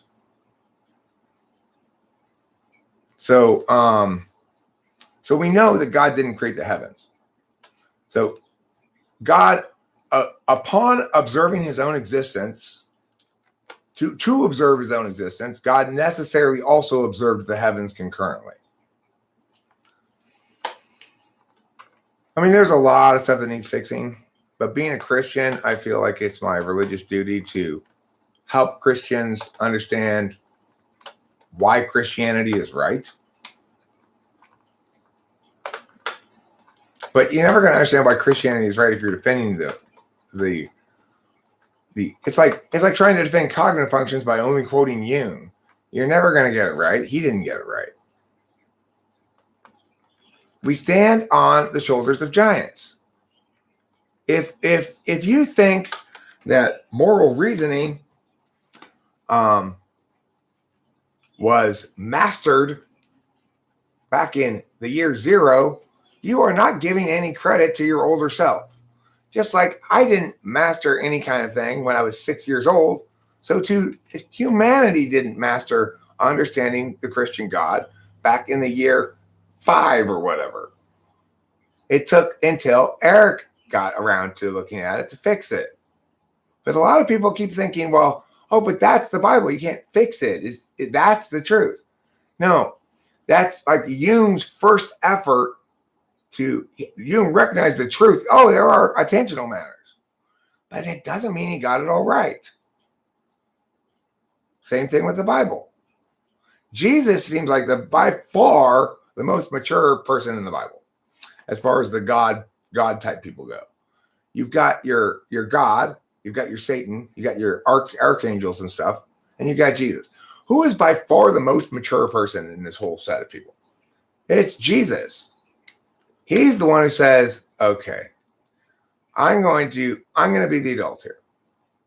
If the only way I can get through to God that his Old Testament behavior was wicked and unacceptable is by personalizing it for him because of his SI tool function, then I will die on a cross suffering and make my dad watch this happen so that thereafter he can respect the importance of human life. Now that makes sense. That makes sense. Right? So it's preferable to the old wrong Bible, which doesn't make sense.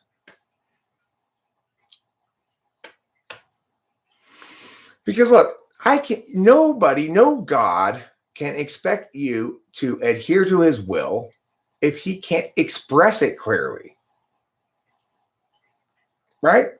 I mean, I can't yell at you for failing to do your job if I refuse to tell you what your job is.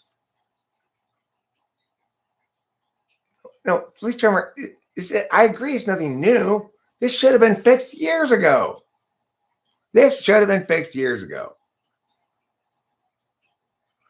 I'm sure that plenty of people in the past have thought these things too. Leaf Trimmer, I agree. We probably all thought, God, I wish this made more sense because there's a fundamental truth here that's important. And it's a shame that they put the job of writing this book into the hands of a bunch of random sloppy people. I mean, how many of those books of the Bible were written by ENTPs? Maybe one or two. No, Carl Jung is like the current Bible. Half-assed and wrong. That's the point. You're like Carl Jung. You prefer half-assed and wrong. I'm opposed to being okay with half-assed and wrong. I say, why don't we actually make it better and fix it? I don't like broken things. You can keep playing with your broken toy, but it'll still be broken and you just have to go, well, God works in mysterious ways. He doesn't. It makes perfect sense. You just have to read my Bible. Yes, it's me. I got a haircut yesterday. I cut my own hair. I did a pretty good job too. Rachel didn't even help me because she was dyeing her hair. Have you seen Rachel's new hair yet? Have we been on since she did her hair? Right. It's like you don't want the Bible to be like the tax code. Impossible to decipher, but on your end, but usable to punish you on their end. You know? Thanks. I got it at the Christie's of nose stores. Most of the noses they sell there are encrusted with jewels and stuff. I just went with straight up Roman, Roman nose. It's been broken once, which is why this is little like I had my nose broken in a fight. Pretty cool, huh? I'm pretty badass, dude. It wasn't a fight I knew I was going to get into or anything. I got sucker punched to begin the fight. I was like, hey, Steve, and bam! I had no idea Steve was about to punch me in the face. But he thought I was sleeping with his chick, but I wasn't sleeping with his chick.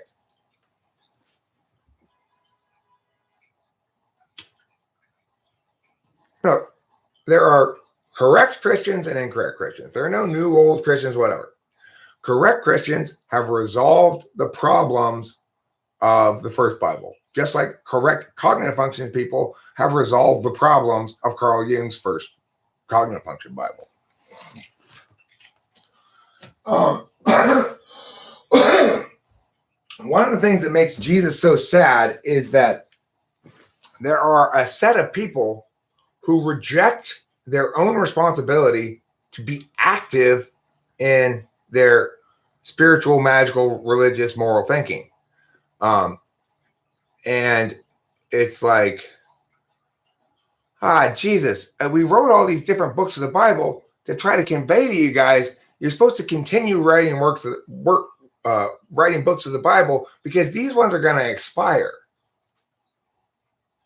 But instead, some like SI heavy person got really attached to, well, this is the only thing. And that way I can master it. I don't have to worry about anything new coming out.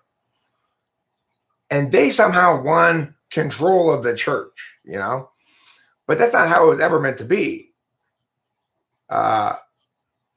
Those people who wrote the original Bible, John and Paul and Luke and whatever, none of them understood God and Jesus as well as I do. But they did the best they could at the time. It's understandable they didn't understand God and Jesus as well as I do. Humanity has had 2,000 years to develop its understanding of those things since they wrote that. Right? So that's why any sane, sensible person would prefer the Bible that I just corrected over the original Bible. Because the Bible I just corrected makes way more sense.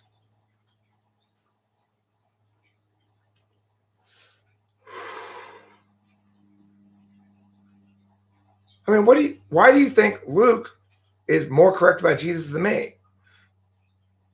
Why do you think John is more correct about Jesus than me, Leaf Trimmer? Why are you presuming that my relationship with Jesus is inferior to other people's?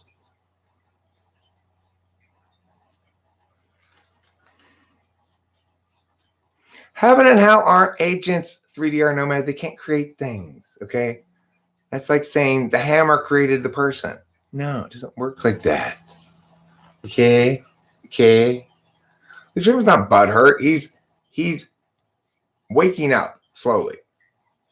Part of that may include a brief moment of butthurtedness, but the deal is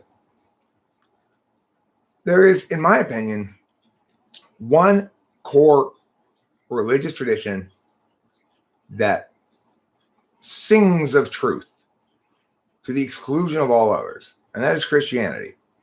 And there's a reason why it sings of truth to the exclusion of all others. Because it navigates the moral landscape more correctly. If you have a religion that says killing's always bad, you're going to run afoul of the fact that people need to kill things to eat. Whether they're plants or animals, they still need to kill things to eat. So we can dismiss Buddhism completely as an attempt to avoid being a moral agent rather than a resolution to the question of moral agency. The idea that karma is inherently bad, it just some of it's less bad than others, is what karma really means, right? That the idea of karma is that you shouldn't be taking any action, and every action you take creates karma because you can't anticipate all the impacts of your actions. So in other words, since we can't determine positive moral indications, let's default to only adhering to negative moral prohibitions and not do anything. Well, that's totalizing half of the question at the expense of the rest and therefore wrong. You look at something like Islam.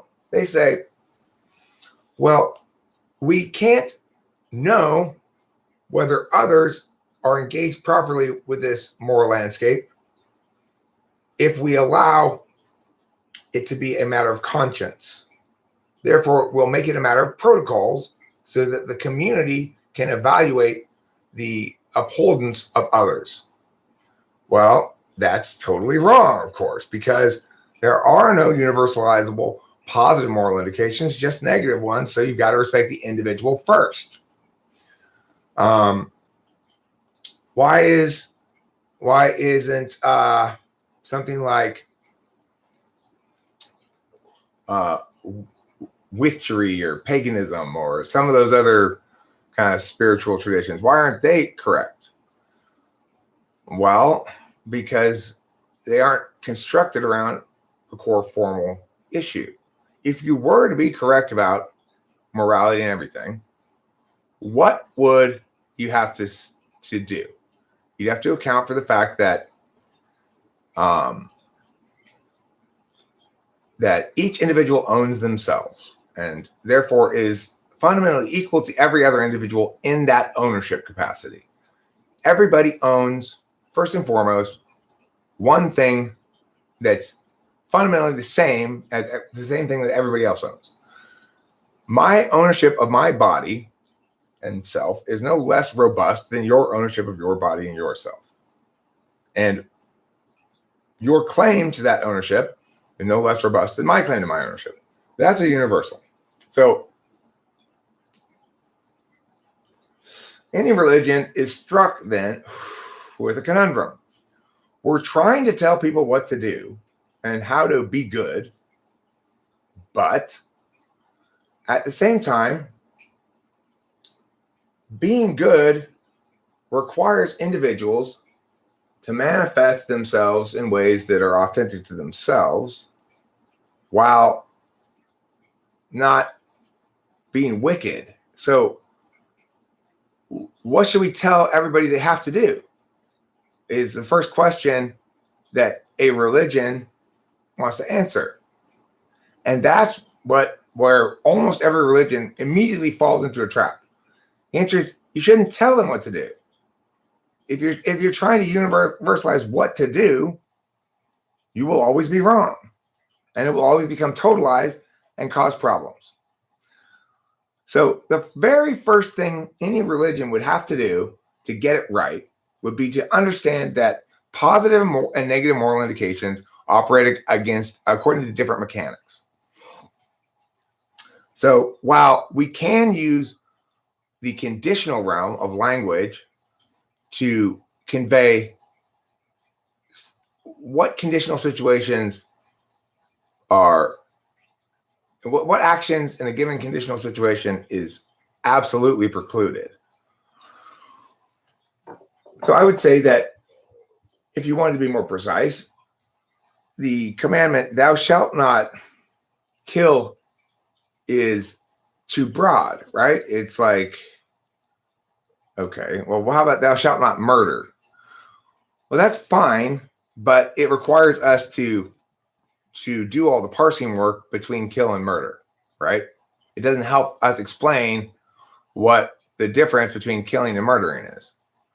So a correct moral calculus recognizes the fact that the violation of rights causes a forfeiture of rights. So it is wicked to murder somebody. And it is not wicked to kill somebody in self-defense if it's necessary, if there's no other way to get away from it, you know?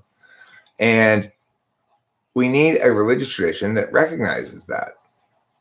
So Christianity comes closest and gets some really critically important things correct. Namely, that given the fact that all of our spiritual traditions cover the same fundamental concern, which is what comprises wickedness. And so given the fact that all religious traditions address that, the question then is, what is the only universal positive virtue that you can affirm? Forgiveness. Right? R.I.P. George Carlin. Having read about him some, I like him more as a guy than I ever liked him as an artist. I don't like his comedy, although he has some funny things, but I feel bad for him. Like, he's an ENTP for sure, but he got stuck being a character, you know? He got stuck being George Carlin. I'm so happy to be me. I'm not stuck being anything. I'm much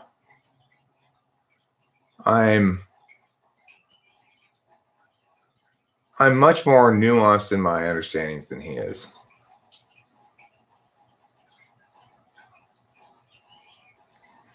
Condense the 10 Commandments into 3 of them. Well, I mean, I'm not necessarily saying there are too many commandments. I'm saying the commandments create too many argumentational problems as they're stated. So, honor your mother and father, for example, is in some way one of the Christians who helped write those books was a Christian who had FI1 or 2.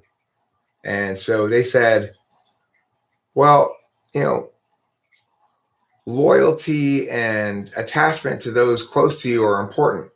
So let's make it a commandment. But of course, that's just a way to lose the round, because it's not the case that every person should always honor their father and mother. Honor is linked to honorable behavior, right? So if your father and mother don't behave honorably, you shouldn't honor what they're doing. Now, obviously, there was somebody else, some other Christian, a smart Christian, who was saying, we can't put this in here. This doesn't work.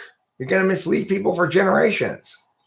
And, you know, decision by committee produced something that included a lot of bullshit that was unnecessary, along with the important parts, where the most correct person wasn't in charge of deciding what made it in, right? Now, in this new Bible, the most correct person is the only person who's deciding what makes it in. So you can be very confident that it's not going to mislead you 100 years from now. It's still gonna hold true. It's not going to mislead you immediately because I've allowed on somebody who's using particularist justifications to include their particular shit in the universalist indications that a Bible is supposed to convey.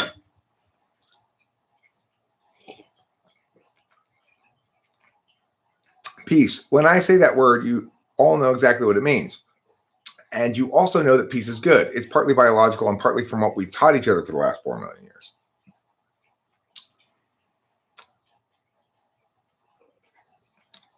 I mean, the thing about peace, if we're talking about peace and warfare in a literal sense, it is always good. Peace is always better than warfare in some sense. However, that doesn't mean it's always a good idea to make peace instead of wage war. So that's a tricky one. You know, it's like things like that can't really make it into the Bible because they don't universalize. First principle, the inherent worth and dignity of every person. Second principle, justice, equity, and compassion in human relations. I think those are good principles, but those aren't, those require so much discretion that people could interpret it in any way they want, you know. Third principle, acceptance of one another and encouragement to spiritual growth in our congregations. Okay, I'm gonna go agree with the first one, and I'm going to disagree with the second half of that and say, and respect for the autonomy of other individuals' spiritual landscape. Fourth principle, a free and responsible search for truth and meaning. I mean, I wouldn't so much worry about that. I would say the fourth principle should be a prioritization of protecting expression, of erring on the side of protecting expression. So it is not that every form of expression is legitimate and that no form of expression should ever be curtailed. We can think of plenty of forms of expression that perhaps should be curtailed. And we can also point to the fact that contextually, certain kinds of expression should definitely be curtailed. So, for example, if I'm an elementary school teacher, I should probably not talk about certain kinds of adult things in front of all the kids because there's developmental stages of readiness to tackle certain kinds of things, you know?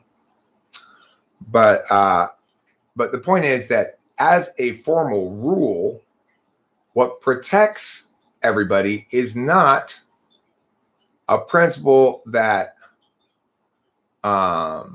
that everybody should be engaged in a free and responsible search for truth and meaning. It's a principle that in almost every instance, offensive expression ought to be protected.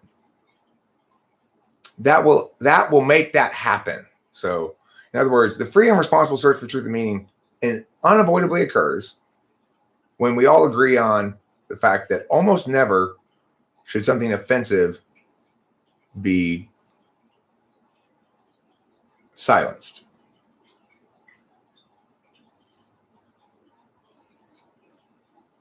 I worked for a company that handed you a binder of rules and regulations and said, these are up to your interpretation. Did you say, oh, you mean they're all discretionary, not rules-based?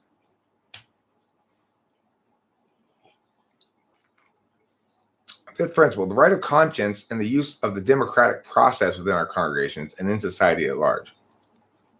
I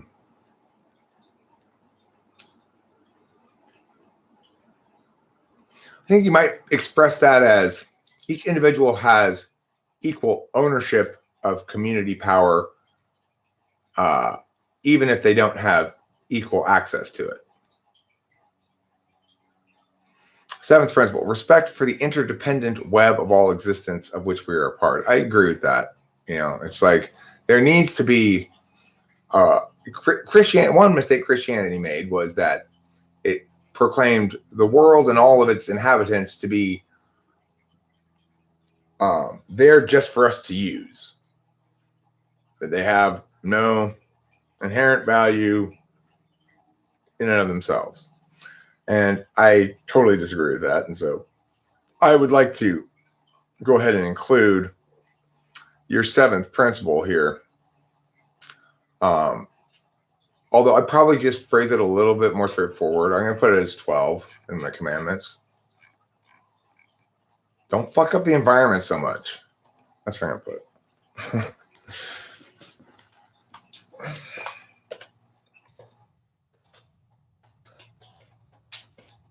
Don't fuck up the environment so much. Animals have no rights, but humans have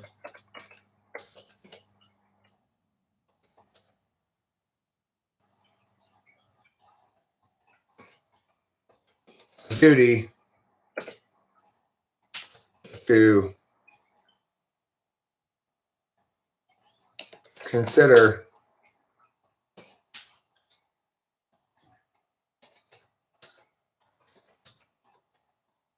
their experience as valid and validating on an independent metric.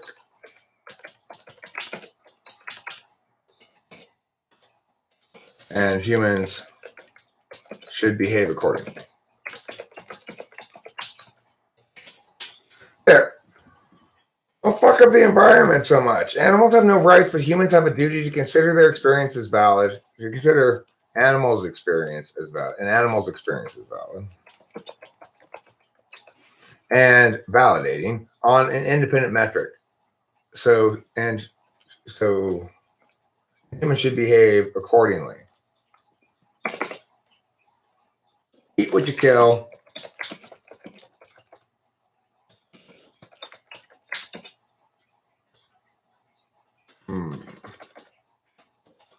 Kill to minimize suffering.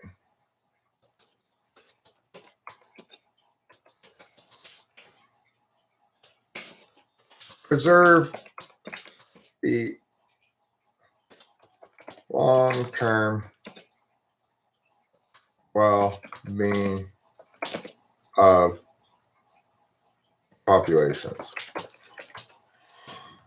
In other words, don't overfish, overhunt, stuff like that. Don't fuck up the environment too much. Animals have no rights, but humans have a duty to consider an animal's experience as valid and validating on its independent metric, and humans should behave accordingly. Eat what you kill to minimize suffering, preserve the long-term well-being of populations. That's a good way to put that, I think. I like your inclusion of the environment here, Sean.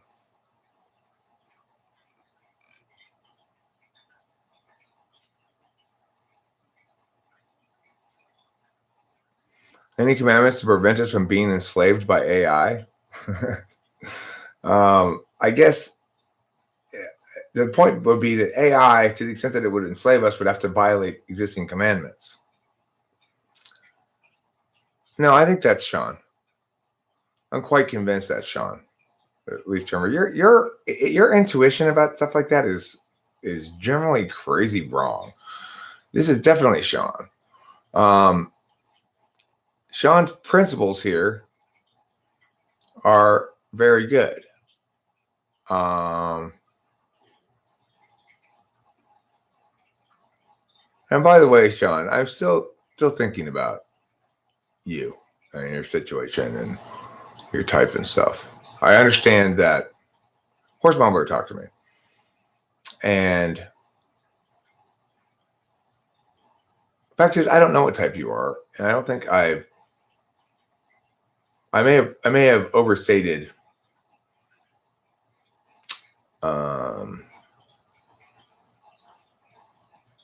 I may have been too quick in indicating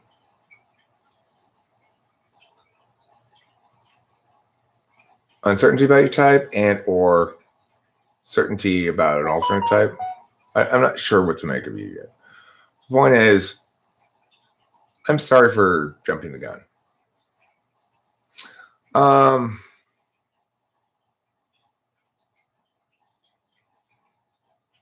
INFP activist vibes. Who has INFP activist vibes? Again, why call yourself a Christian? I mean, I'm definitely a Christian. And I'm so much more happily a Christian now that I fixed the Bible. Because now Christianity is not just the best religion, it's the only one that's actually right. So,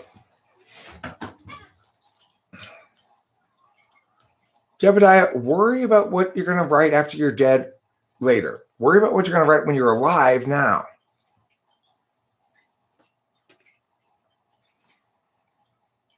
I can't believe Isaiah Rude is spending time planning what he's going to do in the afterlife. Talk about back ass words.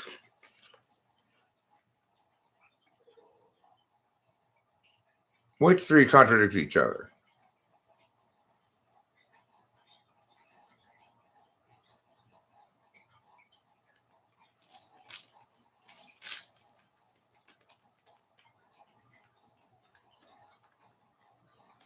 Eric and Sean and Cloud are all ESFPs who claim to be the only enlightened ones enough to know the truth. I've never claimed that. Cloud has. I don't think Sean's ever claimed that either. It's strange, Leaf Trimmer, that you would see Cloud's behavior and mine as equivalent, because they're as strikingly different as they could possibly be. Fumble hot, thank you.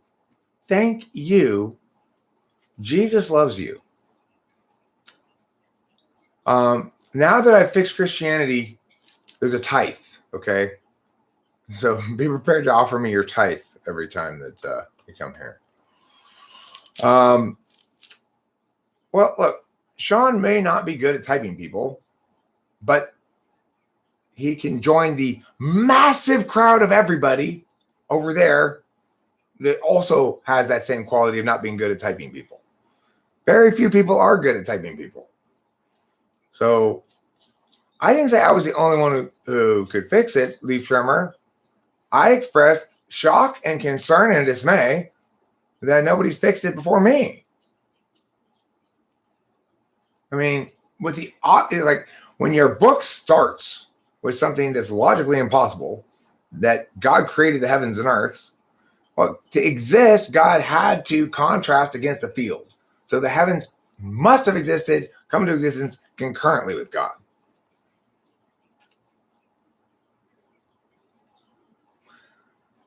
What do you mean it doesn't need a fixing? It'll just be a downgrade. But Leaf Trimmer, I just gave you good reason why you can't accept the original Bible's rendition of it, because they didn't understand the way that existence supervenes on observation and vice versa, right? So, but it's easy to fix. And now we have a Bible that makes sense. Isn't that better than a Bible that doesn't make sense? It's like, heretofore, Christians have had to spend a lot of time sort of murking through the mud of the Bible, trying to figure out what it's saying. And instead of actually being good Christians, they have to waste years and years trying to figure out what it means to be a good Christian first. I've eliminated that wasted time. Now, you just read this 3-page document, and it will be very clear everything you need to know from the Bible that's true, and what you need to do as a Christian. And you won't have to go to church and hear lectures on it. It's not that complicated, right? Why should you need to hear sermons about it? It's very straightforward. The problem with the Bible is it takes something that should be a very powerful, singular, world-dominating religious tradition, because it's by far more correct than any other, and it muddies it so that, who do you blame for the rise of Islam? Who do we blame for the rise of Islam? John, Luke, Paul, all those other guys who did a shitty job of writing the Bible. That's who we blame. Because if they had done it properly, then there wouldn't have been the argumentational missteps that afforded Islam the room to say, that's not good enough. Let's try this. Now Christianity is good enough, so all the other people can abandon their religions and become Christians. Here's a link to the paper.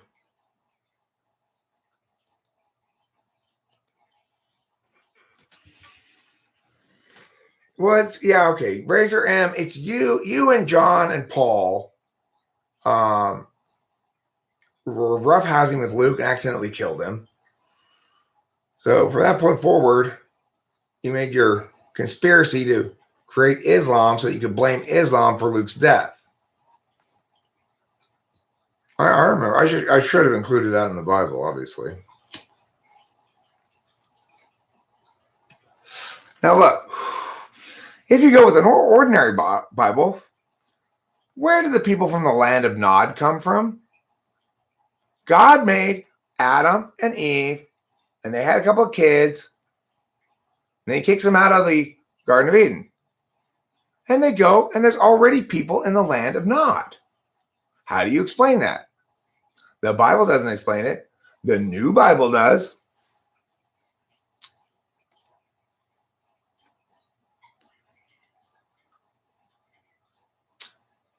God observed the Garden of Eden and Adam and Eve. Just after this, Lucifer copied him, and he started making people too, whom he let loose in the land of Nod.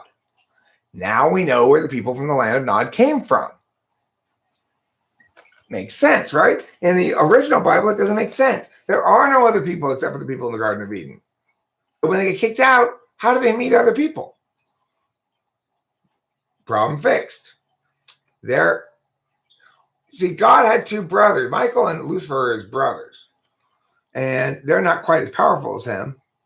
But they basically have the same sort of powers. So, he watched God make Adam out of dirt. Thanks, Bomb Hot. I don't blame you. Orange by itself isn't good enough. You need a combo orange yellow that gives you the whole citrus range.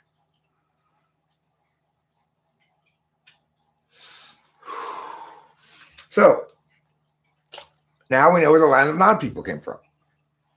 Why did Lucifer get kicked out of heaven?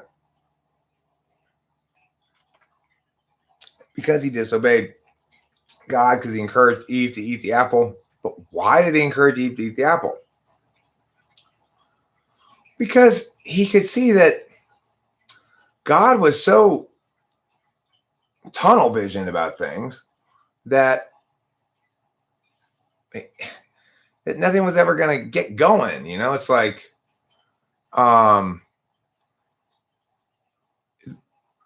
you come up with a great idea here, God. Let's make some agents who can do shit and make decisions and all that kind of stuff and have language like we do. But you're trying to prevent them from actually being. You're just saying, we're gonna make the morality real simple for you so that I don't have to worry about you being wicked. Just don't eat that apple. Of course, Lucifer and Michael were hopeful that God on his own would come to recognize the folly of this control fixation he had, but God was in the STJ. So Lucifer just made his own shit over there. So, whatever, God can, I'll play with my people in Nod, you play with your people in Eden. But he cared about his brother, Lucifer did. And so he said, I'm not going to let you have this Maserati that you only drive at 30 miles an hour, right? I'm going to let you see just how much fun these people can be. So he convinced Eve to bite the apple. But what did God do as all wrong people do when they're wrong, or most wrong people do when they're wrong? He doubled down. Like I say, never double down when you're wrong. Instead of realizing that he was never going to get anywhere with don't do this or I'll kill you, he didn't learn it right away. He kept trying to up the ante. Well, you're still doing shit wrong, so now I'm going to kill you with a bunch of frogs falling from the sky. Now I'm going to kill you with locusts all over the place. No, there's going to be boils. Eventually, the punishment will be big enough that you guys will obey. Of course, Lucifer knew, Michael knew. God, you made them in your image. They have will. They have identity. They have a desire to be free. And that means you're going to need to accept the fact that it's going to come with some mistake making. You can't send locusts after people every time they make a mistake. And you can't just define mistakes as disobeying you. When you order that guy to kill his son, and he was going to go do it until you stopped him at the last second, that's not a good thing that he obeyed you, okay? That's you not getting it yet. And Michael and I are working on helping you understand more clearly that your arbitrary whim doesn't comprise any kind of normative framework that we can apply universally. I'm not a Luciferian. Lucifer didn't get it right either. Who got it right, Leaf Trimmer? What do we both agree on? Who got it right? We both agree on one thing. Who got it right?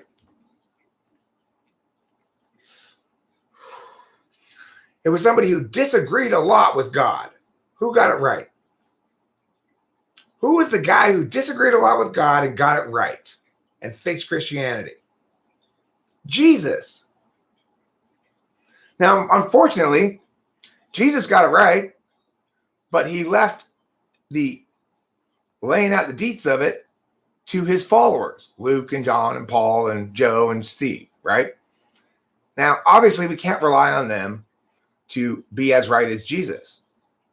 So we can know for sure that at least some of the shit that those people wrote is wrong, because to say that it's not is to conclude that they're just as correct as Jesus. So what we need to do then is say, okay, I can figure out, I can deduce logically where the people who wrote the Bible misled us about God and Jesus. And I will fix those things. And I have. That doesn't make me a Satanist. It doesn't make me not a Christian. It makes me the best Christian ever since Jesus. Because after all, I care about saving Christianity from the bad work done by disciples who didn't know enough. Now, I don't blame those disciples. Those disciples probably understood, well, for future Christians will come and fix our mistakes. We can't get it perfect the first time. They knew that. Jesus knew that. But what happened is some sort of ESTJs, ISTJs took over the church, and they said, well, we can't have anything that we don't know already written down as dogma as part of this religion. We can't change it, or then it's not true. No, guys, it's not that it's not true. It's that you didn't get it quite right. You need to fix it.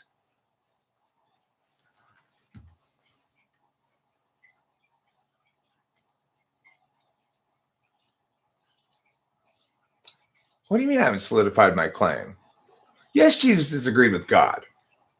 Of course he did. Jesus says when someone sins against you, you should forgive them. It's almost like he's talking directly to his dad, right? Because what did his dad do? His behavior shows what his dad thought. God thought if you sin, you should be subject to torture and death. Jesus came along and said, okay, Dad, look, I get it. The sort of dynamic social realities of the world are confusing to you. You think you're using them beautifully and perfectly, but it's always under your teeth, friend. So I'm your son, and I know how much you love me. And I think there's only one way I can get you to understand that the morality you keep grasping for is something you can't force. And that the only way we're really going to attain godliness is by understanding that sin is primarily an expression of pain and fear. And that if we are truly understanding people, we forgive rather than seeking revenge.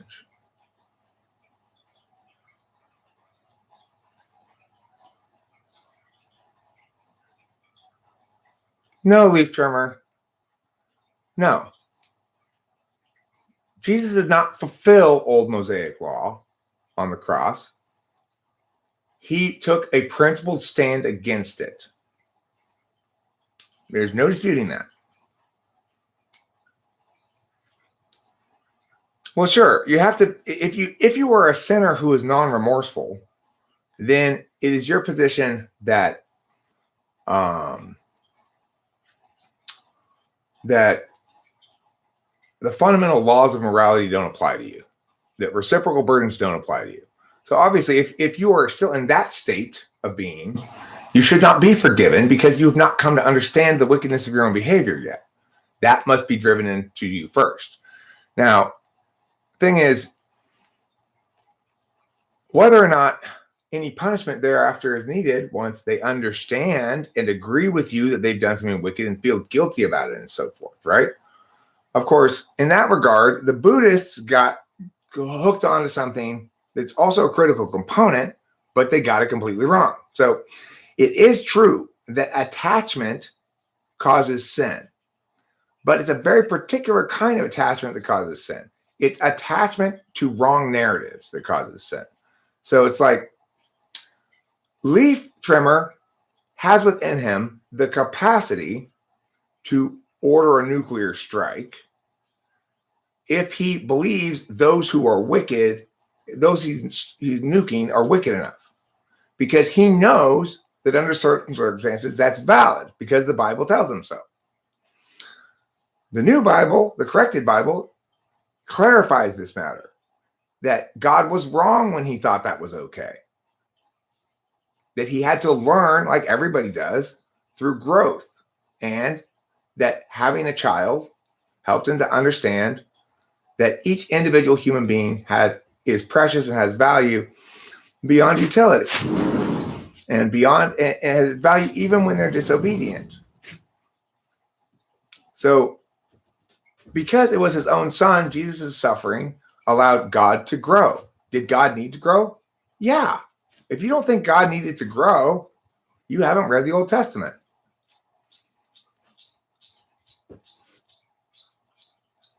It's like, why would you deny God the capacity to grow?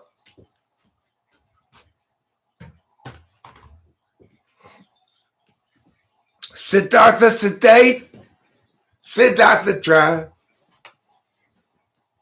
Let's listen to Siddhartha sedate, okay?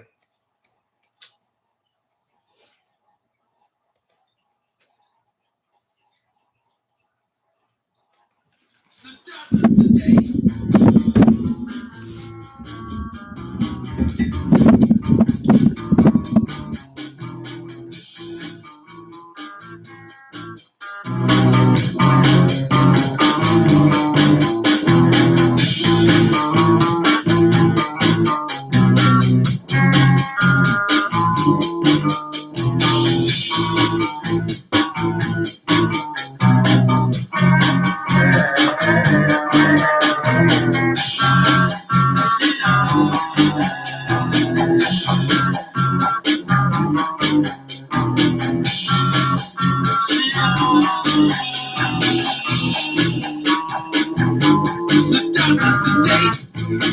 Sit off the sides. Oh, would sit off the run from these questions I have been here before.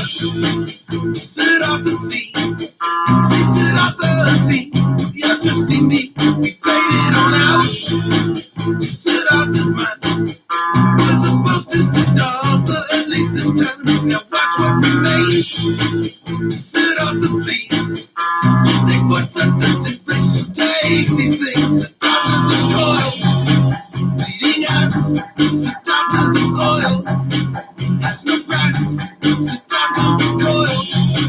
Through this night, sit down to sedate. Sit down to where are we now? I cannot see that what you have laid out here in front of me. I've often come down. Sit off the smiles. Sit off the takes the place. Sits down a while and then rises up. Sit off the scenes. You become someone describing a magazine. I could not relate, though I did try. Sit off the please believe me. I lied last time. Sit off as a coil. Bleeding ass. Sit off to this oil. There's no price. Sit off the recoil. Through the night. Sit off the sedate. Sit off, sit off, shakes to the line. Sit off, sit off, be the brain. Sit off, sit off, sit off the feet. Sit after this coil, bleeding us. Sit after this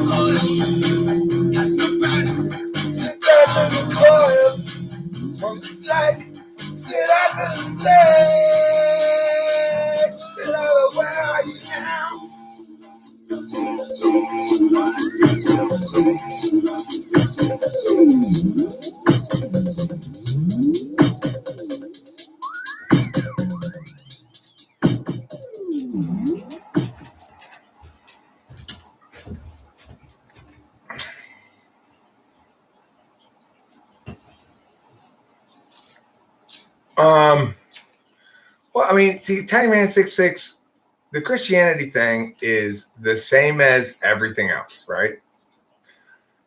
What I do is I like to help the right team by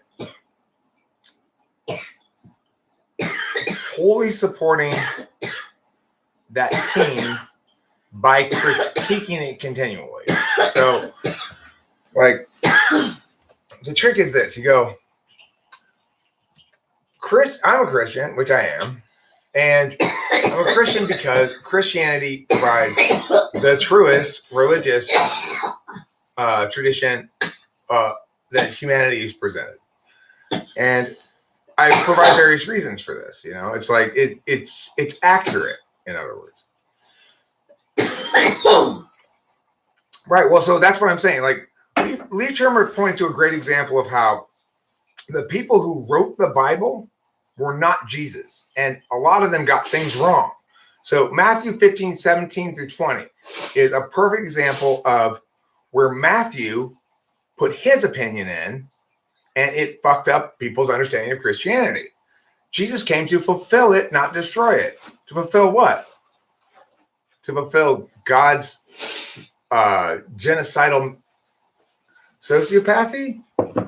No. He didn't come to destroy it either. Right? Look, so let's interpret that. Let's say Matthew's right and interpret it correctly. What that means is Jesus came to help God fully realize himself, not to destroy God. And that would be correct. Right? Because it acknowledges that God needed to grow, needed to be fulfilled. If you don't acknowledge that, then the Bible can't make any sense because of the contradictory behavior. I'm ready. Rachel, do you want to take over here for a minute? Yeah, or end the stream at your convenience? Yeah, sure. And I will get this, and you got your keys. I put them on the table for you. Yeah, thank you. Thank you. Morning, Rachel. Good morning. You had left them hanging on the gate. Yo. I colored my hair, guys. What do you think Wednesday Addams feels? I had to go real dark because of the blue color, and thanks, Formal Hot. Black and black, yeah. Back in black. Yeah, I am back in black. I realized when we were doing our video that my hair would disappear with the green screen, so I'm like, I'll just change it.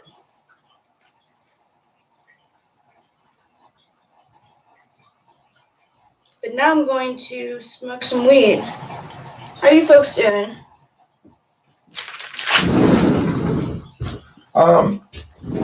Rachel, what? Do you want to come with us to Costco? Fun. Yeah, I thought you wanted. My dad's the one who suggested it. Oh, yeah, sure. I said, Okay. oh yeah, Rachel. Why isn't Rachel going with us? I don't know why. I didn't even know where you were going. So let me. I'm gonna go tell my dad to give us 10 more minutes. Okay. Yeah, that'd be great. Thank you.